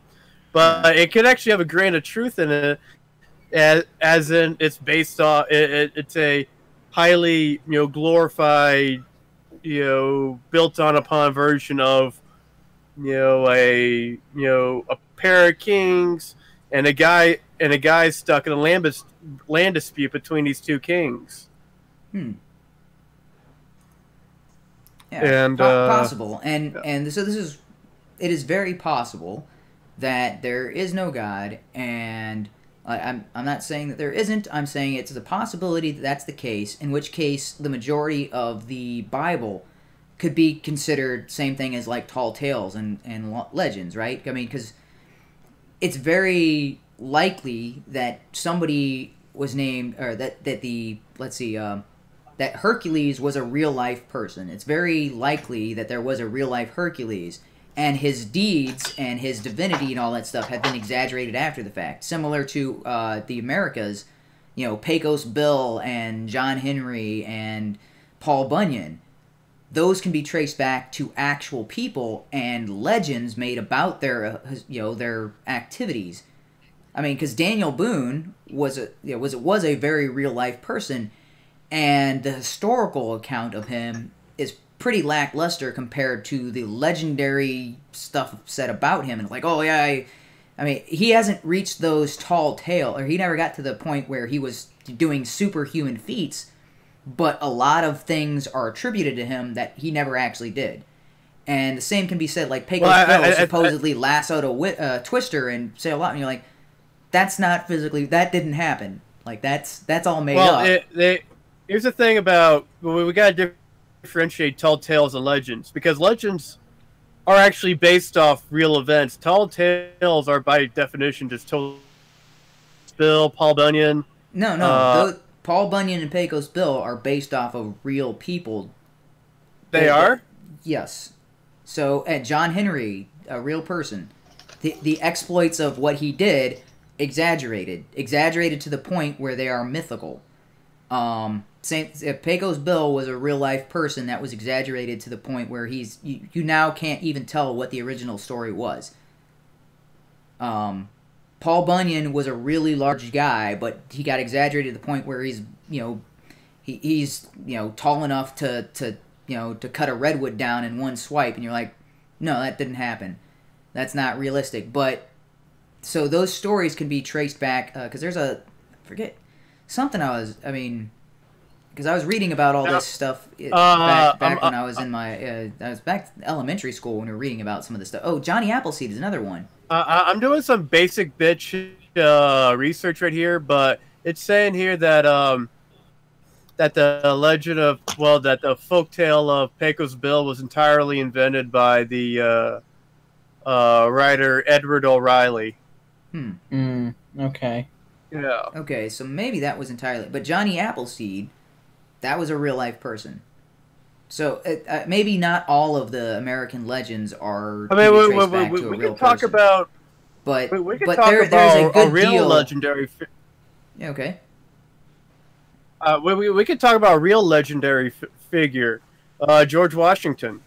Yeah. So I mean, nothing supernatural is attributed to him, but a lot of his quotes he never said.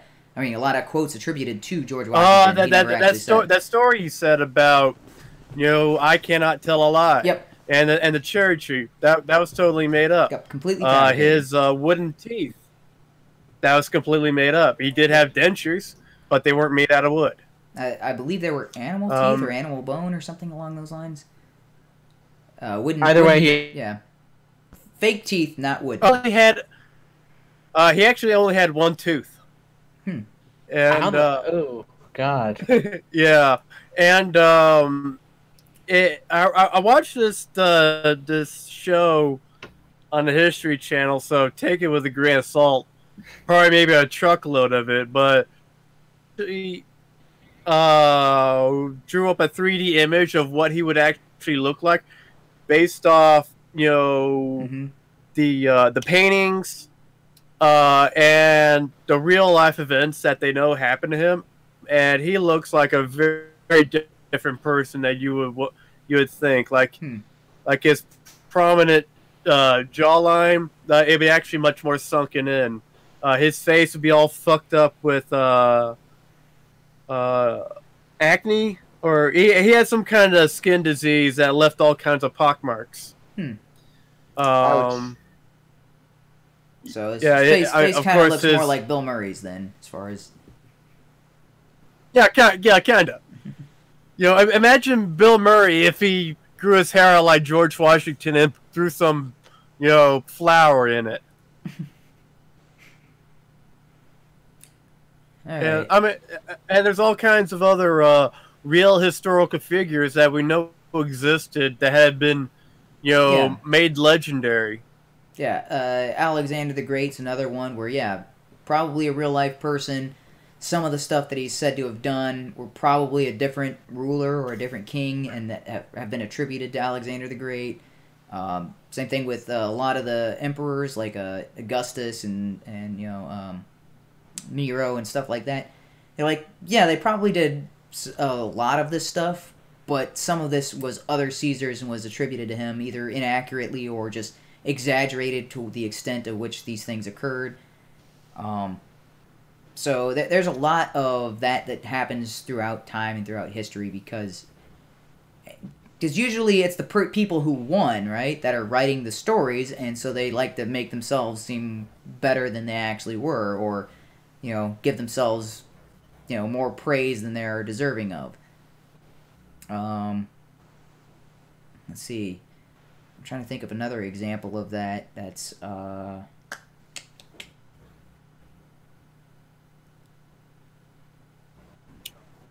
because there were certain battles that were like, I'm trying to think of a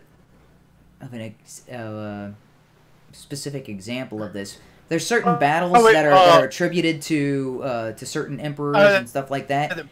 And they're talk about beating this huge army, and realistically, like, there weren't even that many people back then. So this army that is supposedly massive, the Mongol hordes. Oh yeah, the Mongol hordes. The Mongol hordes. Yeah.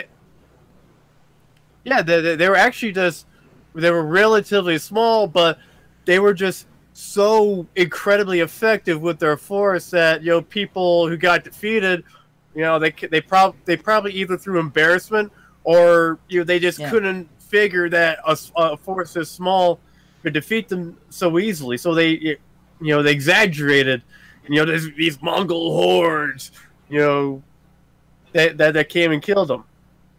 Yeah, and so, well, there's another thing about the Mongols that made them kind of different from other armies at the time, because usually when an attacker, or usually the defender has the advantage over the attacker. Usually that is the case because the defender has more to lose than the attacker has to gain. That's typically how it works. And usually, so whoever is defending, they're defending their families, they're defending their children, they're defending their future, they're defending everything they worked for. The attacker is just trying to gain extra on top of what they have. And you'll find that people tend to fight for what they, you know, fight for what is theirs more than people fight for what is other people's. So this is why usually the person defending has the advantage.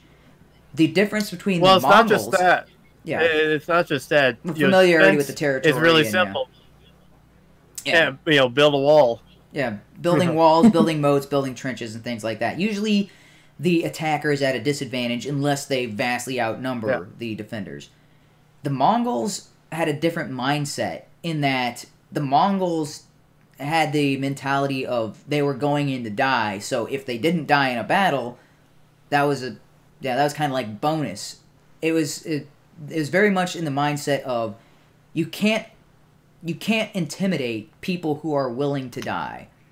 And the Mongols were willing to die when they went into fight. So it wasn't as much about conquering territory and conquering women and conquering things. They had the mindset of, I'm going in to die because that's how I get glory. Same thing with Vikings. They kind of had that similar mindset because they had been promised Valhalla is for the warriors, and the only way to get to Valhalla, you had to die in battle. So they had this mindset of, so they could go in with small raiding parties and decimate villages. So they had superior size for the most part, but it was the viciousness at which they attacked, which the other people were not expecting, because the Vikings and the Mongols had this similar mindset of they were going in, and if they died in battle, that was what they wanted. They were after dying in battle more than they were after things and property. So there was this, that's what made them a scary force. It's very difficult to fight an army that has nothing to lose. A lot of armies, like the British Redcoats and stuff like that, it's like when you're trying to get them to take over other people's stuff, they're not all that adamant about dying for God and country, no matter how much they may say that. But the Mongols and the Vikings had this mindset of dying in battle is glorious. So that's where, put your all into battle, kill as many people as you can, do whatever, because that's how they build up their reputation in Valhalla. And you need to die in battle. So if you don't die in battle and you die of old age, man, you didn't do your job. You're not getting the glory of the afterlife. Or the Mongols didn't have that afterlife, to the best of my knowledge, but they actively took risks trying to, doing crazy things because if they died in battle, that was viewed as a high honor for them, and they did not have a concern for their own life. And I don't know how exactly the Mongols achieved that. I know with the Vikings they achieved that through religion and through faith. Through faith in the afterlife and kind of brainwashing people to believe that from the time they were young. And with the Mongols, I'm not quite sure how Genghis Khan got them into that mindset or into that mentality. Oh, and actually another example of this is Islam. Because they were promised, I mean, that's suicide bombers. How do you deter someone who is willing to die for their cause? It's someone who's willing to attack and give up their life for their cause is a very scary person. Typically, when you're on defense, yeah, you're going to risk your life to defend, but it's something else entirely when you're, like, willing to, you know, if your life or whatever, your life is forfeit if you don't die taking over other people's stuff or destroying other people. That's something most attacking forces don't have. Which puts the defenders at the advantage. Because most people are not willing to die so that way their king can have stuff. It's, you know, like, well, what do I get out of it? What's my benefit? Like, because that's the typical mindset of humans, is, or at least most of mankind, is what do I see? What's the benefit for me? What am I getting out of this? Oh, I go and take over some colonist stuff, and then I go back to fighting in Africa. Okay, I get my regular wages and regular rations, and if I win this war for King George, I don't get anything extra. I don't get, like, gobs of land, or the stuff that I take in battle goes to King George, and I'm like, well, how does that... like, what incentive is there for me to suppress this colonist revulsion? I guess I'll do what I can, but it's not like the... Yeah. And it's for just that reason why I'm always kind of, confused as to why many in the South, still, champion, the South will rise again.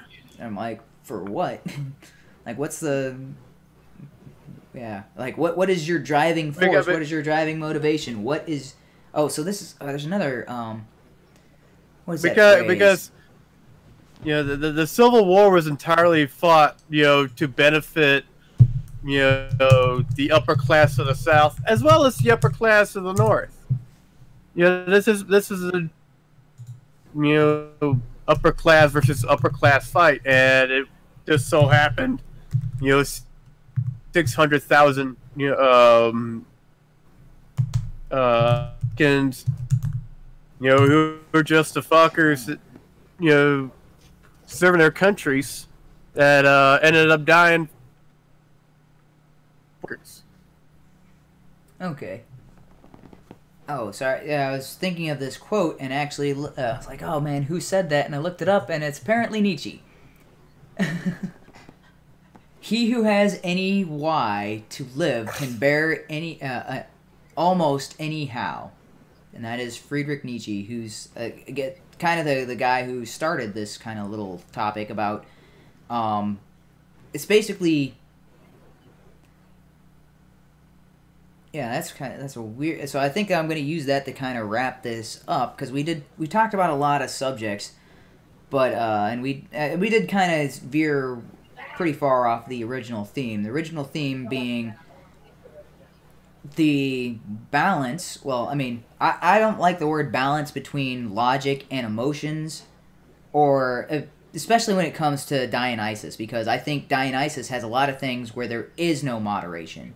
I don't, because he's representing chaos and all of that sort of thing, in addition to nature, in addition to the natural order of things and the natural state of mankind. He's also representing all of the negative things that have no positive, positivity from my perspective. Like, there's no benefit to drinking yourself to death. There's no benefit to gambling away all your money. There's no benefit to destroying your mind and body with drugs that eat away at your heart and, well, I mean, methamphetamines will rot you from the inside out. So I don't see any positive impact of that. It's like, oh, you're spiritual and whatever, and mind-opening experiences and stuff. I'm like, it's not worth the risk from what I can see.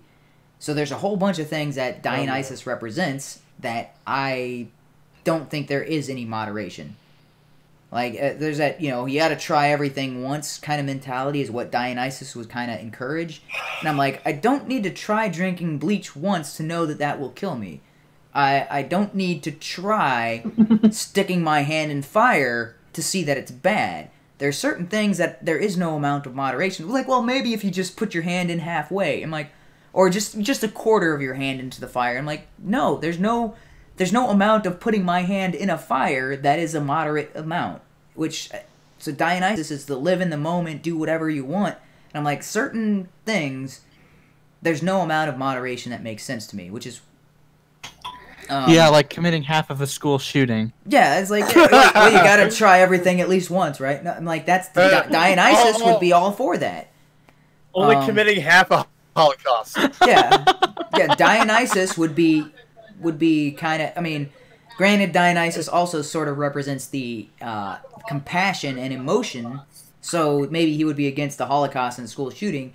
But it's the live in the moment, do what is fine now, without any regard for the future. And you do need some of that. You can't entirely invest everything in your future at the expense of the here and now, because then you will die before you ever get to your future.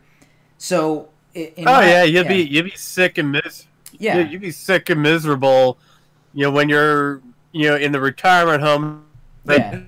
The wonderful, delicious taste of a Cinnabon every now and then. Yeah. Damn right, motherfucker. So, and if you put off everything till later, you will burn yourself out. You will exhaust, and you will find yourself losing all reason to live. So you have to have some amount of here and now enjoyment, or okay. This is why when you're on a diet, that's why they have cheat days, right? It's the same kind of... Well, some people make it cheat weeks and cheat months and all this stuff. That's why their diet fails. But any reasonable diet, you can't be completely strict on that diet, because after a few months, you're just going to abandon it altogether. It's too taxing. But if you allow yourself, like, okay, well, once a week, I'll have something that's outside of my diet, and then I'll spend the rest of the time, But the rest of the week, I'll maintain my diet. As long as you give yourself that little bit of leeway, that diet is more maintainable. It's more, the burden of it is easier to bear, and that's the same thing with your life. So it cannot be 100% Apollo, at least pure logic and pure driven and pure order, and no room for error and no amount of. You have to give yourself at least a little bit of slack, and because putting yourself to that, you're going to burn yourself out, and you're going to give up, and you're going to stop. You're going to abandon it altogether. So for me, I think the appropriate balance is not 50-50. I think it's closer to like 85-15. So 85% Apollo, maybe 15% what Dionysus would consider okay, although. There's a lot of stuff that Dionysus represents or encourages that I'm like, nope, 0% of those things. I mean, honestly, it really depends on the situation. So, like, should you approach it on a case-by-case basis? I mean, it really is. It really is a fool's errand to come up with a single law to govern all situations. You're always going to find conflicts. You're always going to find, problems. And that's one of the reasons why, gender politics and identity politics is so bad, is because it paints with a broad brush. Not every black person is a criminal. Not every white person is fucking racist. Not every time you throw a ball is it going to bounce. Something like that. Yeah. There's always going to be exceptions to these rigid rigid rules you set up. I think it fails even harder than that because they apply this broad brush, and it's not just there's a few exceptions or anything like that. It's like the vast majority don't fall into your category that you say they fall into, and you're like, I mean, exactly. You're saying all black people fit in this mold, and you're like, no, the vast majority of black people do not fit in that mold. I don't know how you could ever make this huge huge category. You're like, well, all women believe this. I'm like, no, half of them. Like, so it's like, oh, if you're against abortion, you're against women. I'm like, no, half of women are against abortion. How can you make a claim like this? This is like the women against abortion is a huge portion of that population. How about this? All Africans are black. That's something. Well, no, you can't. Most Africans, yeah, your South Africans are not black. Yeah. Well, actually, Egyptians, Egyptians whites... and Arabs are not always black. You got the whites in South Africa, yeah, exactly. And the Boer, and also Northern Africans. They are a mix between Negro and Mongoloid. So they fall kind of. So they're not black, but they're like half black. And God damn it, what you posted in the group chat. It's an interesting philosophical.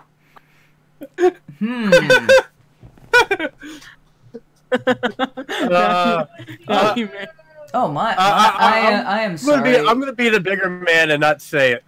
Okay, yeah. Ivan has been commenting in the chat, and I had my chat popped out and have been ignoring it this whole time. Sorry about that.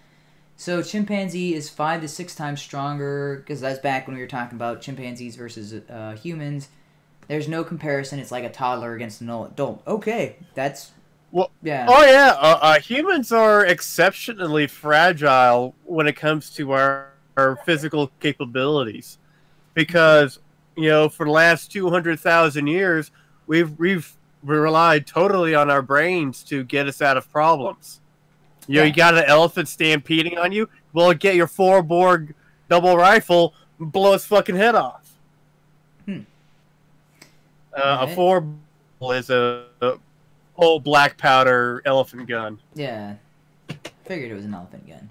Okay, I've never heard of that, but yeah, elephant gun. Elephant gun, I know. Okay, and then he says... Oh, it's an absurdly gigantic rifle. Yeah. So genetic superiority has little to do with reproducing. Yes. So if you want, you can find a dumb bimbo and have babies with her. I also had a kid with a dumb bimbo, but I'm glad... Oh, I almost had a kid with a dumb bimbo, but I'm glad I didn't. That was from Ivan there. I'm like, yeah, so there's... and people have talked about this, and then have been discarded as race realists, and, you know, oh, how dare they say this? It's because they've talked about... There's this idea of R and K reproductive selection. So, I forget which one is which, but I think R... represents the ones who their reproductive strategy is to have a lot of kids. So the general example of this, so I may have the letters backwards, but R, I believe, is the one that has a lot of kids, and you compare that to rabbits, right? Rabbits have a ton of kids, and they don't take care of their kids, and they don't bother, you know, making sure that they live, because their reproductive strategy is, if I just have enough kids, some of them are going to survive, and then those kids will go on to reproduce and, you know, have tons of kids themselves, and then we'll just reproduce the line that way. But if you look at foxes and wolves, they have litters of 2 or 3, or possibly even 1 at a time, and they take more care with their cubs, keeping them alive, keeping them in a pack, making sure that the individual cubs survive and carry on for the next generation. And so that's the difference between the R selective strategy and the K selective. And they've started applying this to humans, right? Because there's a lot of humans where their strategy is have a ton of kids. And then there's other humans where, like, okay, have 1 or 2 and invest more resources into each individual kid. And you'll get superior... I mean, those kids are more likely to succeed. Whereas people in, like, third world countries, their strategy is have a lot of kids.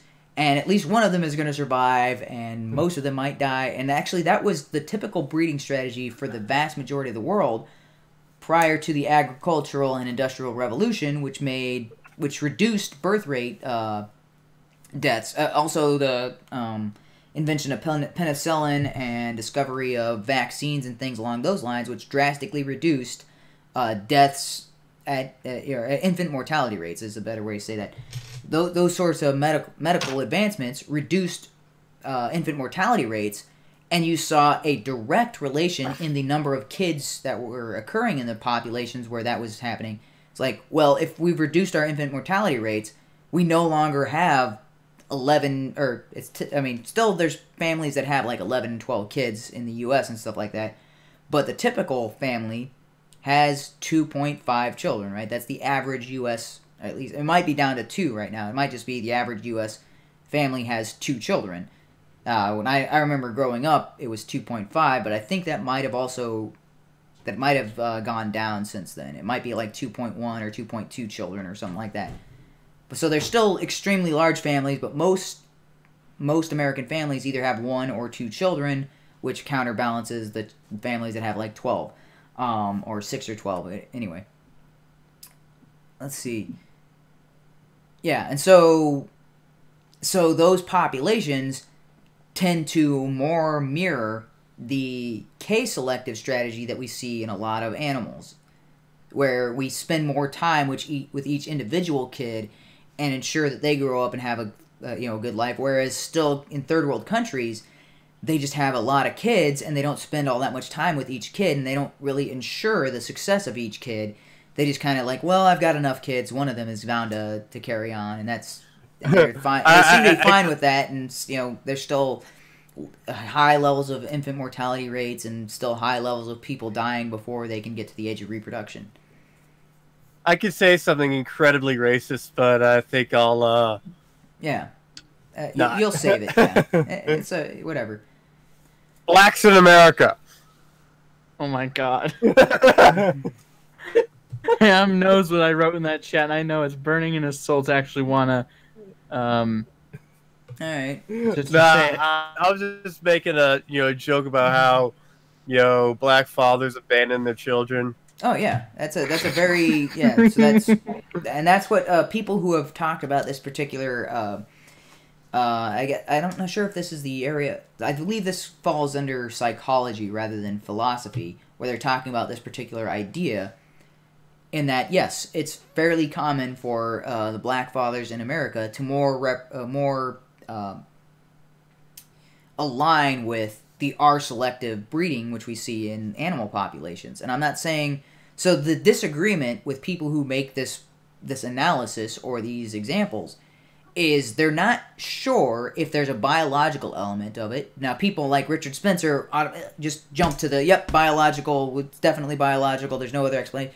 Whereas people like Stefan Monalou have talked about this, and he says, I'm not sure if there's a biological component to it, based on the fact that the vast majority of people of certain races act in this manner.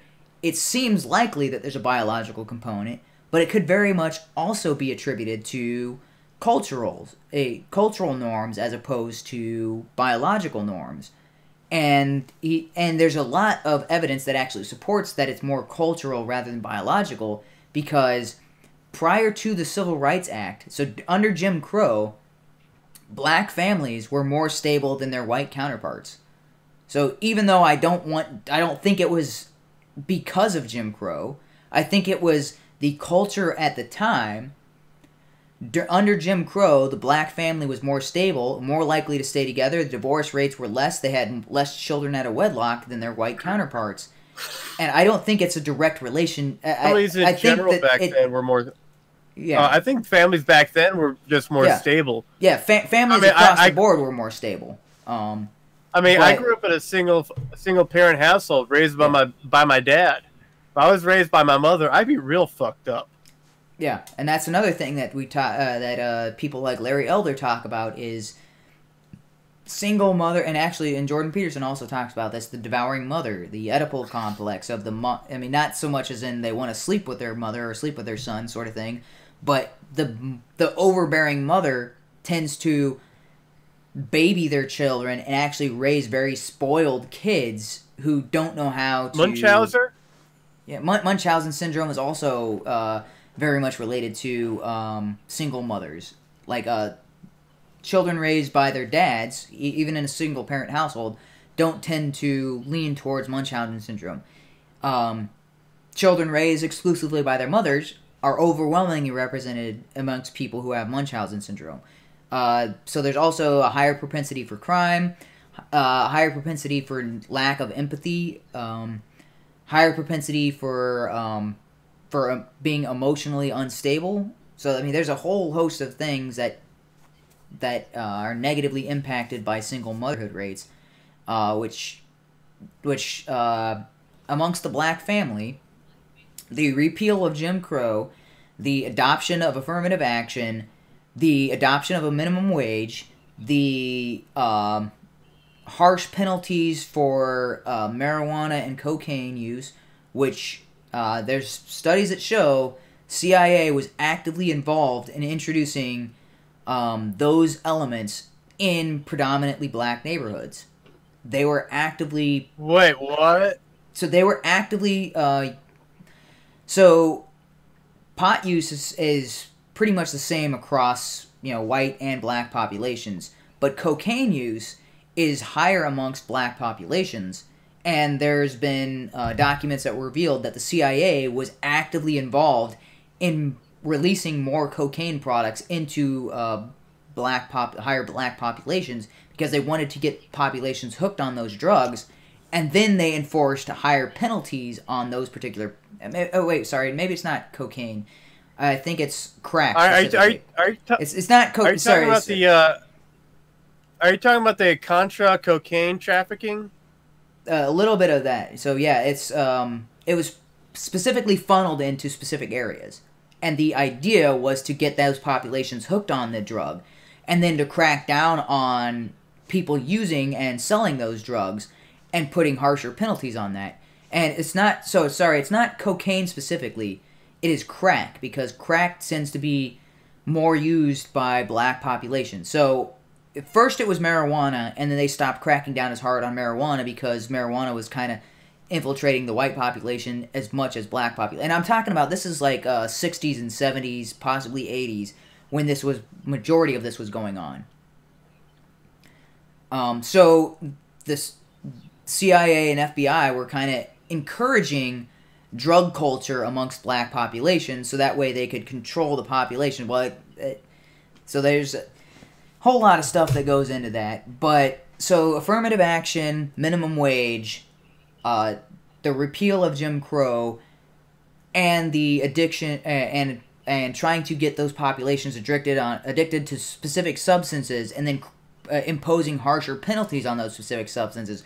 All of those in conjunction with each other had a absolutely destructive nature on the black family. And now we're seeing black fatherlessness it's above, I think it's above 80% of black children born out of wedlock and their dad is not around in the house. I think it is above 80% now, and that is, the black population used to have a higher had a lower out of wedlock birth rate than whites in the I think it's the 1920s to 50s, I believe, is the time frame. I'm not sure exactly when that time frame occurred, but I think it was up to the 1950s, and then you started to see this huge cultural change. So I don't think it's biological. The biological argument makes absolutely no sense to me, especially considering, like, when you're, like, so this is something that Spencer likes to quote but doesn't understand the ramifications of that. Sub-Saharan Africans have a IQ that is 15 points lower than their U.S. counterparts. And you're like, that to me implies cultural or environmental factors more so than biological factors. Because the time difference between people being taken from Sub-Saharan Africa and moved into the U.S., the time frame is not significant enough for that drastic of a biological change. It must be cultural and environmental that would lead to that increase of an intelligence. 15 points is huge. I mean, that's the difference. That's the difference between a society being more inclined towards crime and criminal behavior, because they've statistically, populations with an IQ less than 80 tend to be more criminal. Like, the criminal element is so vast that it kind of overruns the government's ability to keep it in check. So this is where, like, if you're talking about Zimbabwe, if you look at the average population, I think in Zimbabwe is 60 to 70, somewhere in that range. And you see these huge crime sprees and these, like, unchecked crime. It's like it's to the point where it is technically chaos. I mean, like, if that was a U.S. city, it would be under martial law because of the amount of crime occurring there. But it doesn't seem to be specifically because they are black, because there's other black populations, like Botswana, its next door neighbor, has a higher overall IQ, and you're like, genetically, they're almost identical to one another. So you can't say there's a genetic component when the Botswanan average IQ is, we're talking about 85 to 90, I think, is Botswana, if I'm not mistaken. I could be wrong on these. It's been a while since I looked at this, but to the best of my knowledge, there's about a 10-point difference between Botswana and Zimbabwe, and I'm like, genetically, they are the same ethnicity. I mean, they're the same, they're from the same tribes. It's just, to me, that implies more of an environmental and cultural rather than nature or biological. And probably educational. I mean, educational would be environmental. Yeah, educational would fall into those categories. Because environmental includes things like the natural environment, and cultural, it would include education and stuff like that. The access to education, as well as the society's emphasis that the education is important. Zimbabwe seems to do everything backwards. I've heard this talking point used to explain why American blacks are smarter than African blacks on average. Yeah, because culturally we put more emphasis on education. The white slave owners like to rape their slaves. To me, that implies that all IQ is based on biology, because if they rape the slaves, well, then the children are going to be smarter because it's a mix between a black and white. I'm like, did they not even pay attention to the white slave owners who actually taught their slaves to read and write because they were trying to get them to go to church and read their Bibles? They taught them religious hymns and things along those lines, which is, it should be common knowledge that a lot of slaves, they would sing hymns, like hymns that were sang in church, like the Swing Low, Sweet Chariot, that was sung in the fields, and it was actually enough of a rhythm where they could get, when they're actually working in the fields, they would start working to the rhythm of that song, because it's a nice 4/4 time, and everybody can it's easy and slow enough where people can start getting in a rhythm, and actually it boosts the productivity when you're following a rhythm like that. Anyway, so there's a whole bunch of factors that involved in that, but there were a lot of Christian slave owners who wanted their slaves to come to their faith, and in the process taught them to read and write, which is something that a lot of African populations, they didn't have that emphasis on reading and writing, and so there's the ability to be literate increases your ability to access information, or to let's see, what's the word I'm looking for here? The amount of information that you can get in a single lifetime is enhanced exponentially by the ability to read and write. Now, access to the internet speeds that up even more, but just the ability to read and write, you are, I think it's like 4 or 5 times more likely to learn, or 4 or 5 times, let's see, what's the word? What's the way of phrasing this? Simply the ability to read increases the amount of information you can learn in a lifetime by 4 or 5 times. And access to the internet would increase that even further, but just simply the ability to read and write. The amount of information you have available that is not verbal, is not spoken, it's huge. So a lot of sub-Saharan African countries, literacy is still in the, you're talking about 15-20% in some of these populations. Literacy is very, very low. And so that decreases the amount of information people can learn in a lifetime. most of what people are taught in these other cultures is simply how to hunt or how to farm or whatever it is they do to get by on a daily basis. Whereas in the Americas, even in the frontier times, people were being taught biblical stories, people were being taught like history, people were being taught about the Revolutionary War, people were being taught about philosophy, and I mean, even in the classroom at elementary school, these were subjects that were taught in addition to reading and writing. I mean, there's also the basic mathematics were taught to children in elementary school, and that was foundational to a lot of communities in the Americas. And if you compare that to sub-Saharan Africa at the time, where there were no schoolhouses, and actually even today, schoolhouses are pretty rare, and usually it's missionaries who set up schoolhouses. It's not the governments, it's not people in the culture.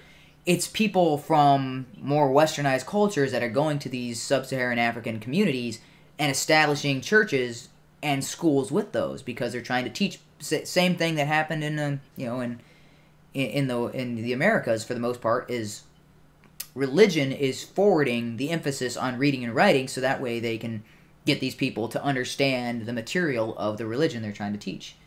So I know you probably don't like that because you think that is indoctrination or that sort of thing, but I think it's very hard to dismiss the impact on the amount of education that is being facilitated because people are trying to get their religion into these communities, and the best way to do that is by teaching them to read and write and learn for themselves about what the Bible actually says.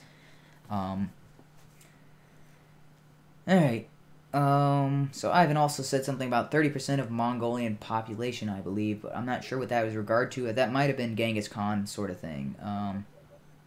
But yeah, 1 in 200 men is what we looked up and found.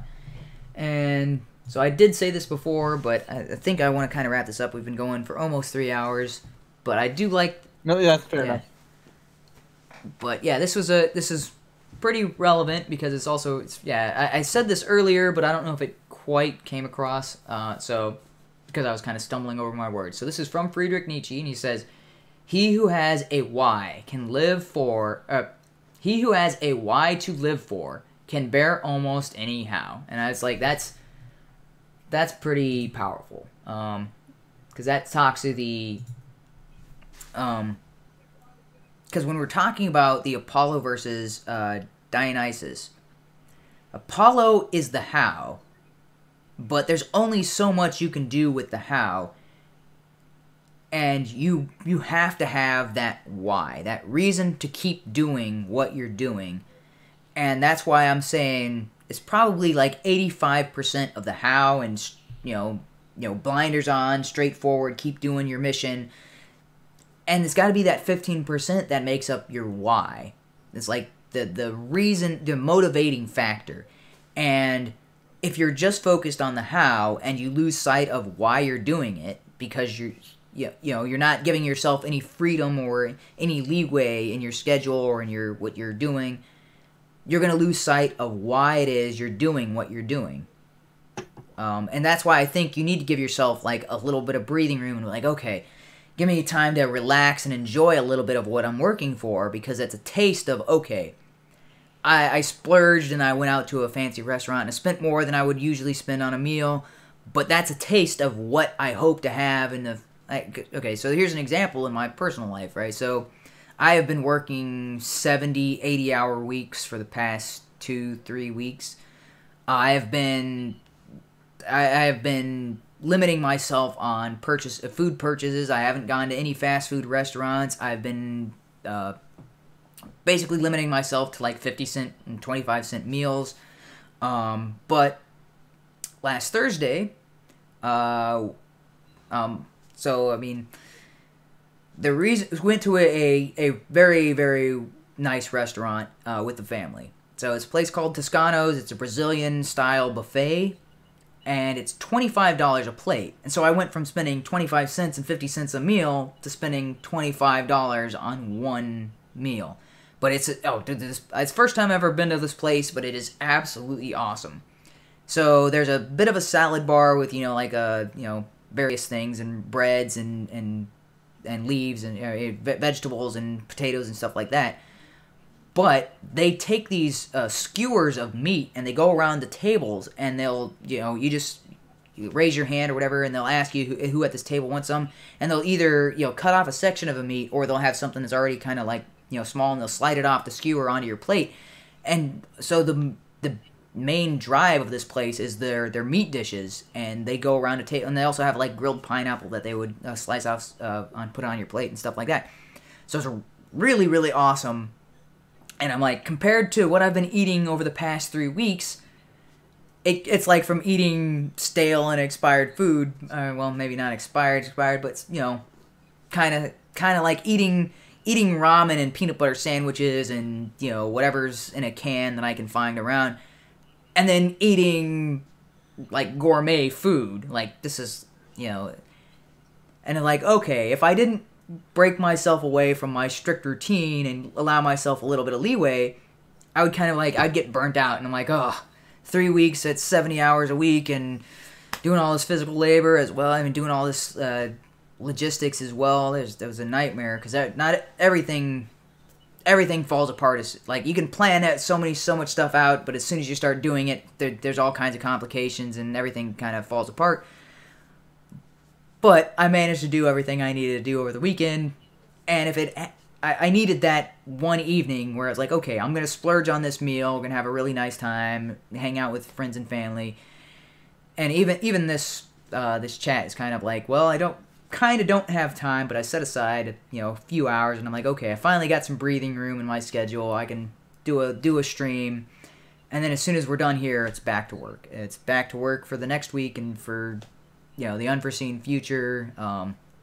I will schedule time on Friday, because Friday I don't have anybody else telling me what time I have to be there, because there's a lot of logistics, and I was like, well, I've got to do so much within a certain time frame, and there was a specific event that happened over this weekend where I had to go to I ended up going to 7 different stores and picking up merchandise, and I had to visit all 7 of the stores within the day. And I'm like, well, there's no way for me to squeeze in a stream because I've got a strict schedule to adhere to, and it's not all me.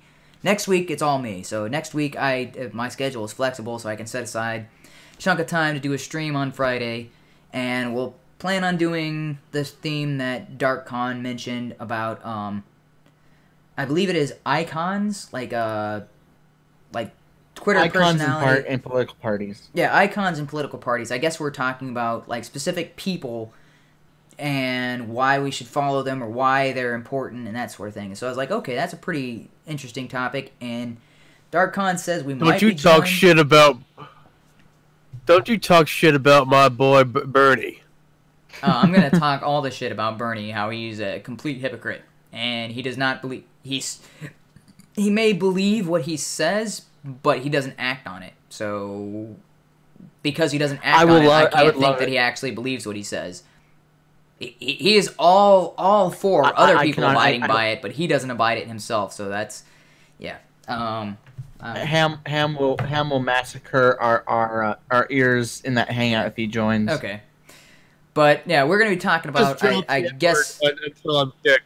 Yeah, so I guess icons to either look up to or avoid, I think, is kind of the theme. I'm not entirely sure, but we're going to be talking about specific online personalities or famous personalities.